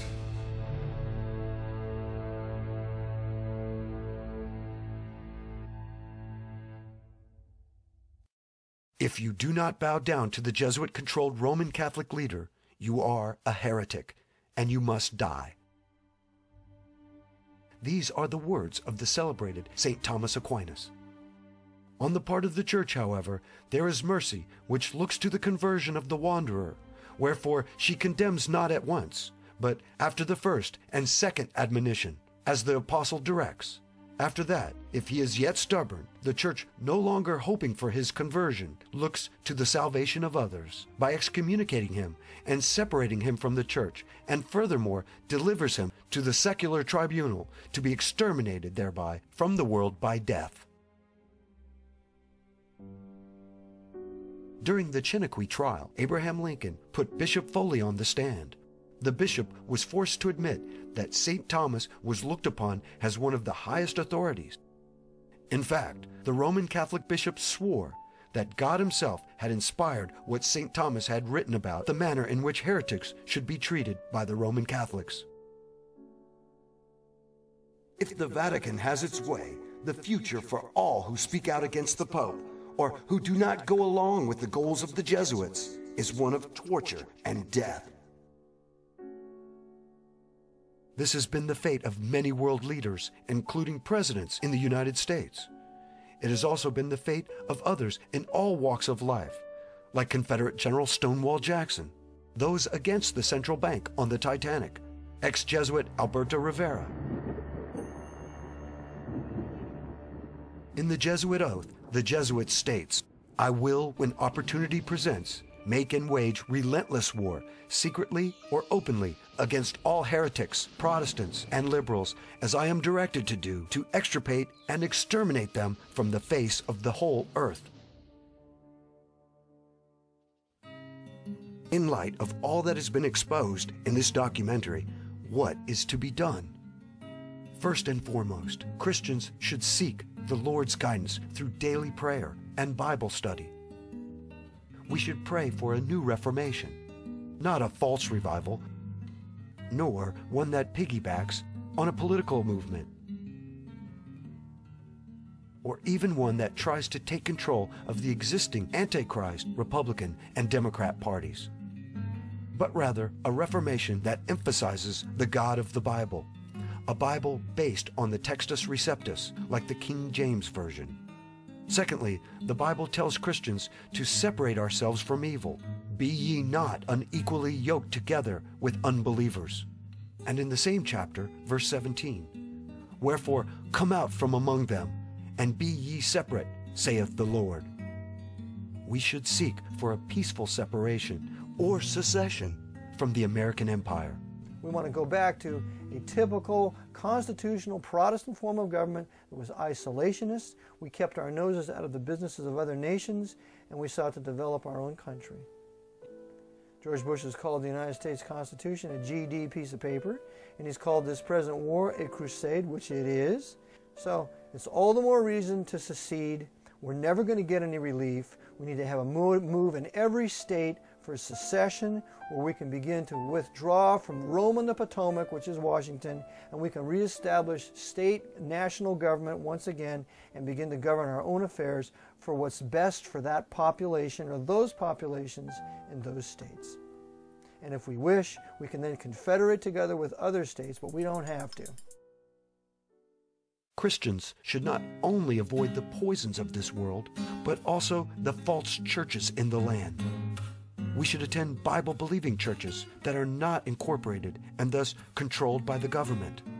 If you cannot find a Bible-believing congregation in your area, start a house church yourself, with your family, or with other people in your community.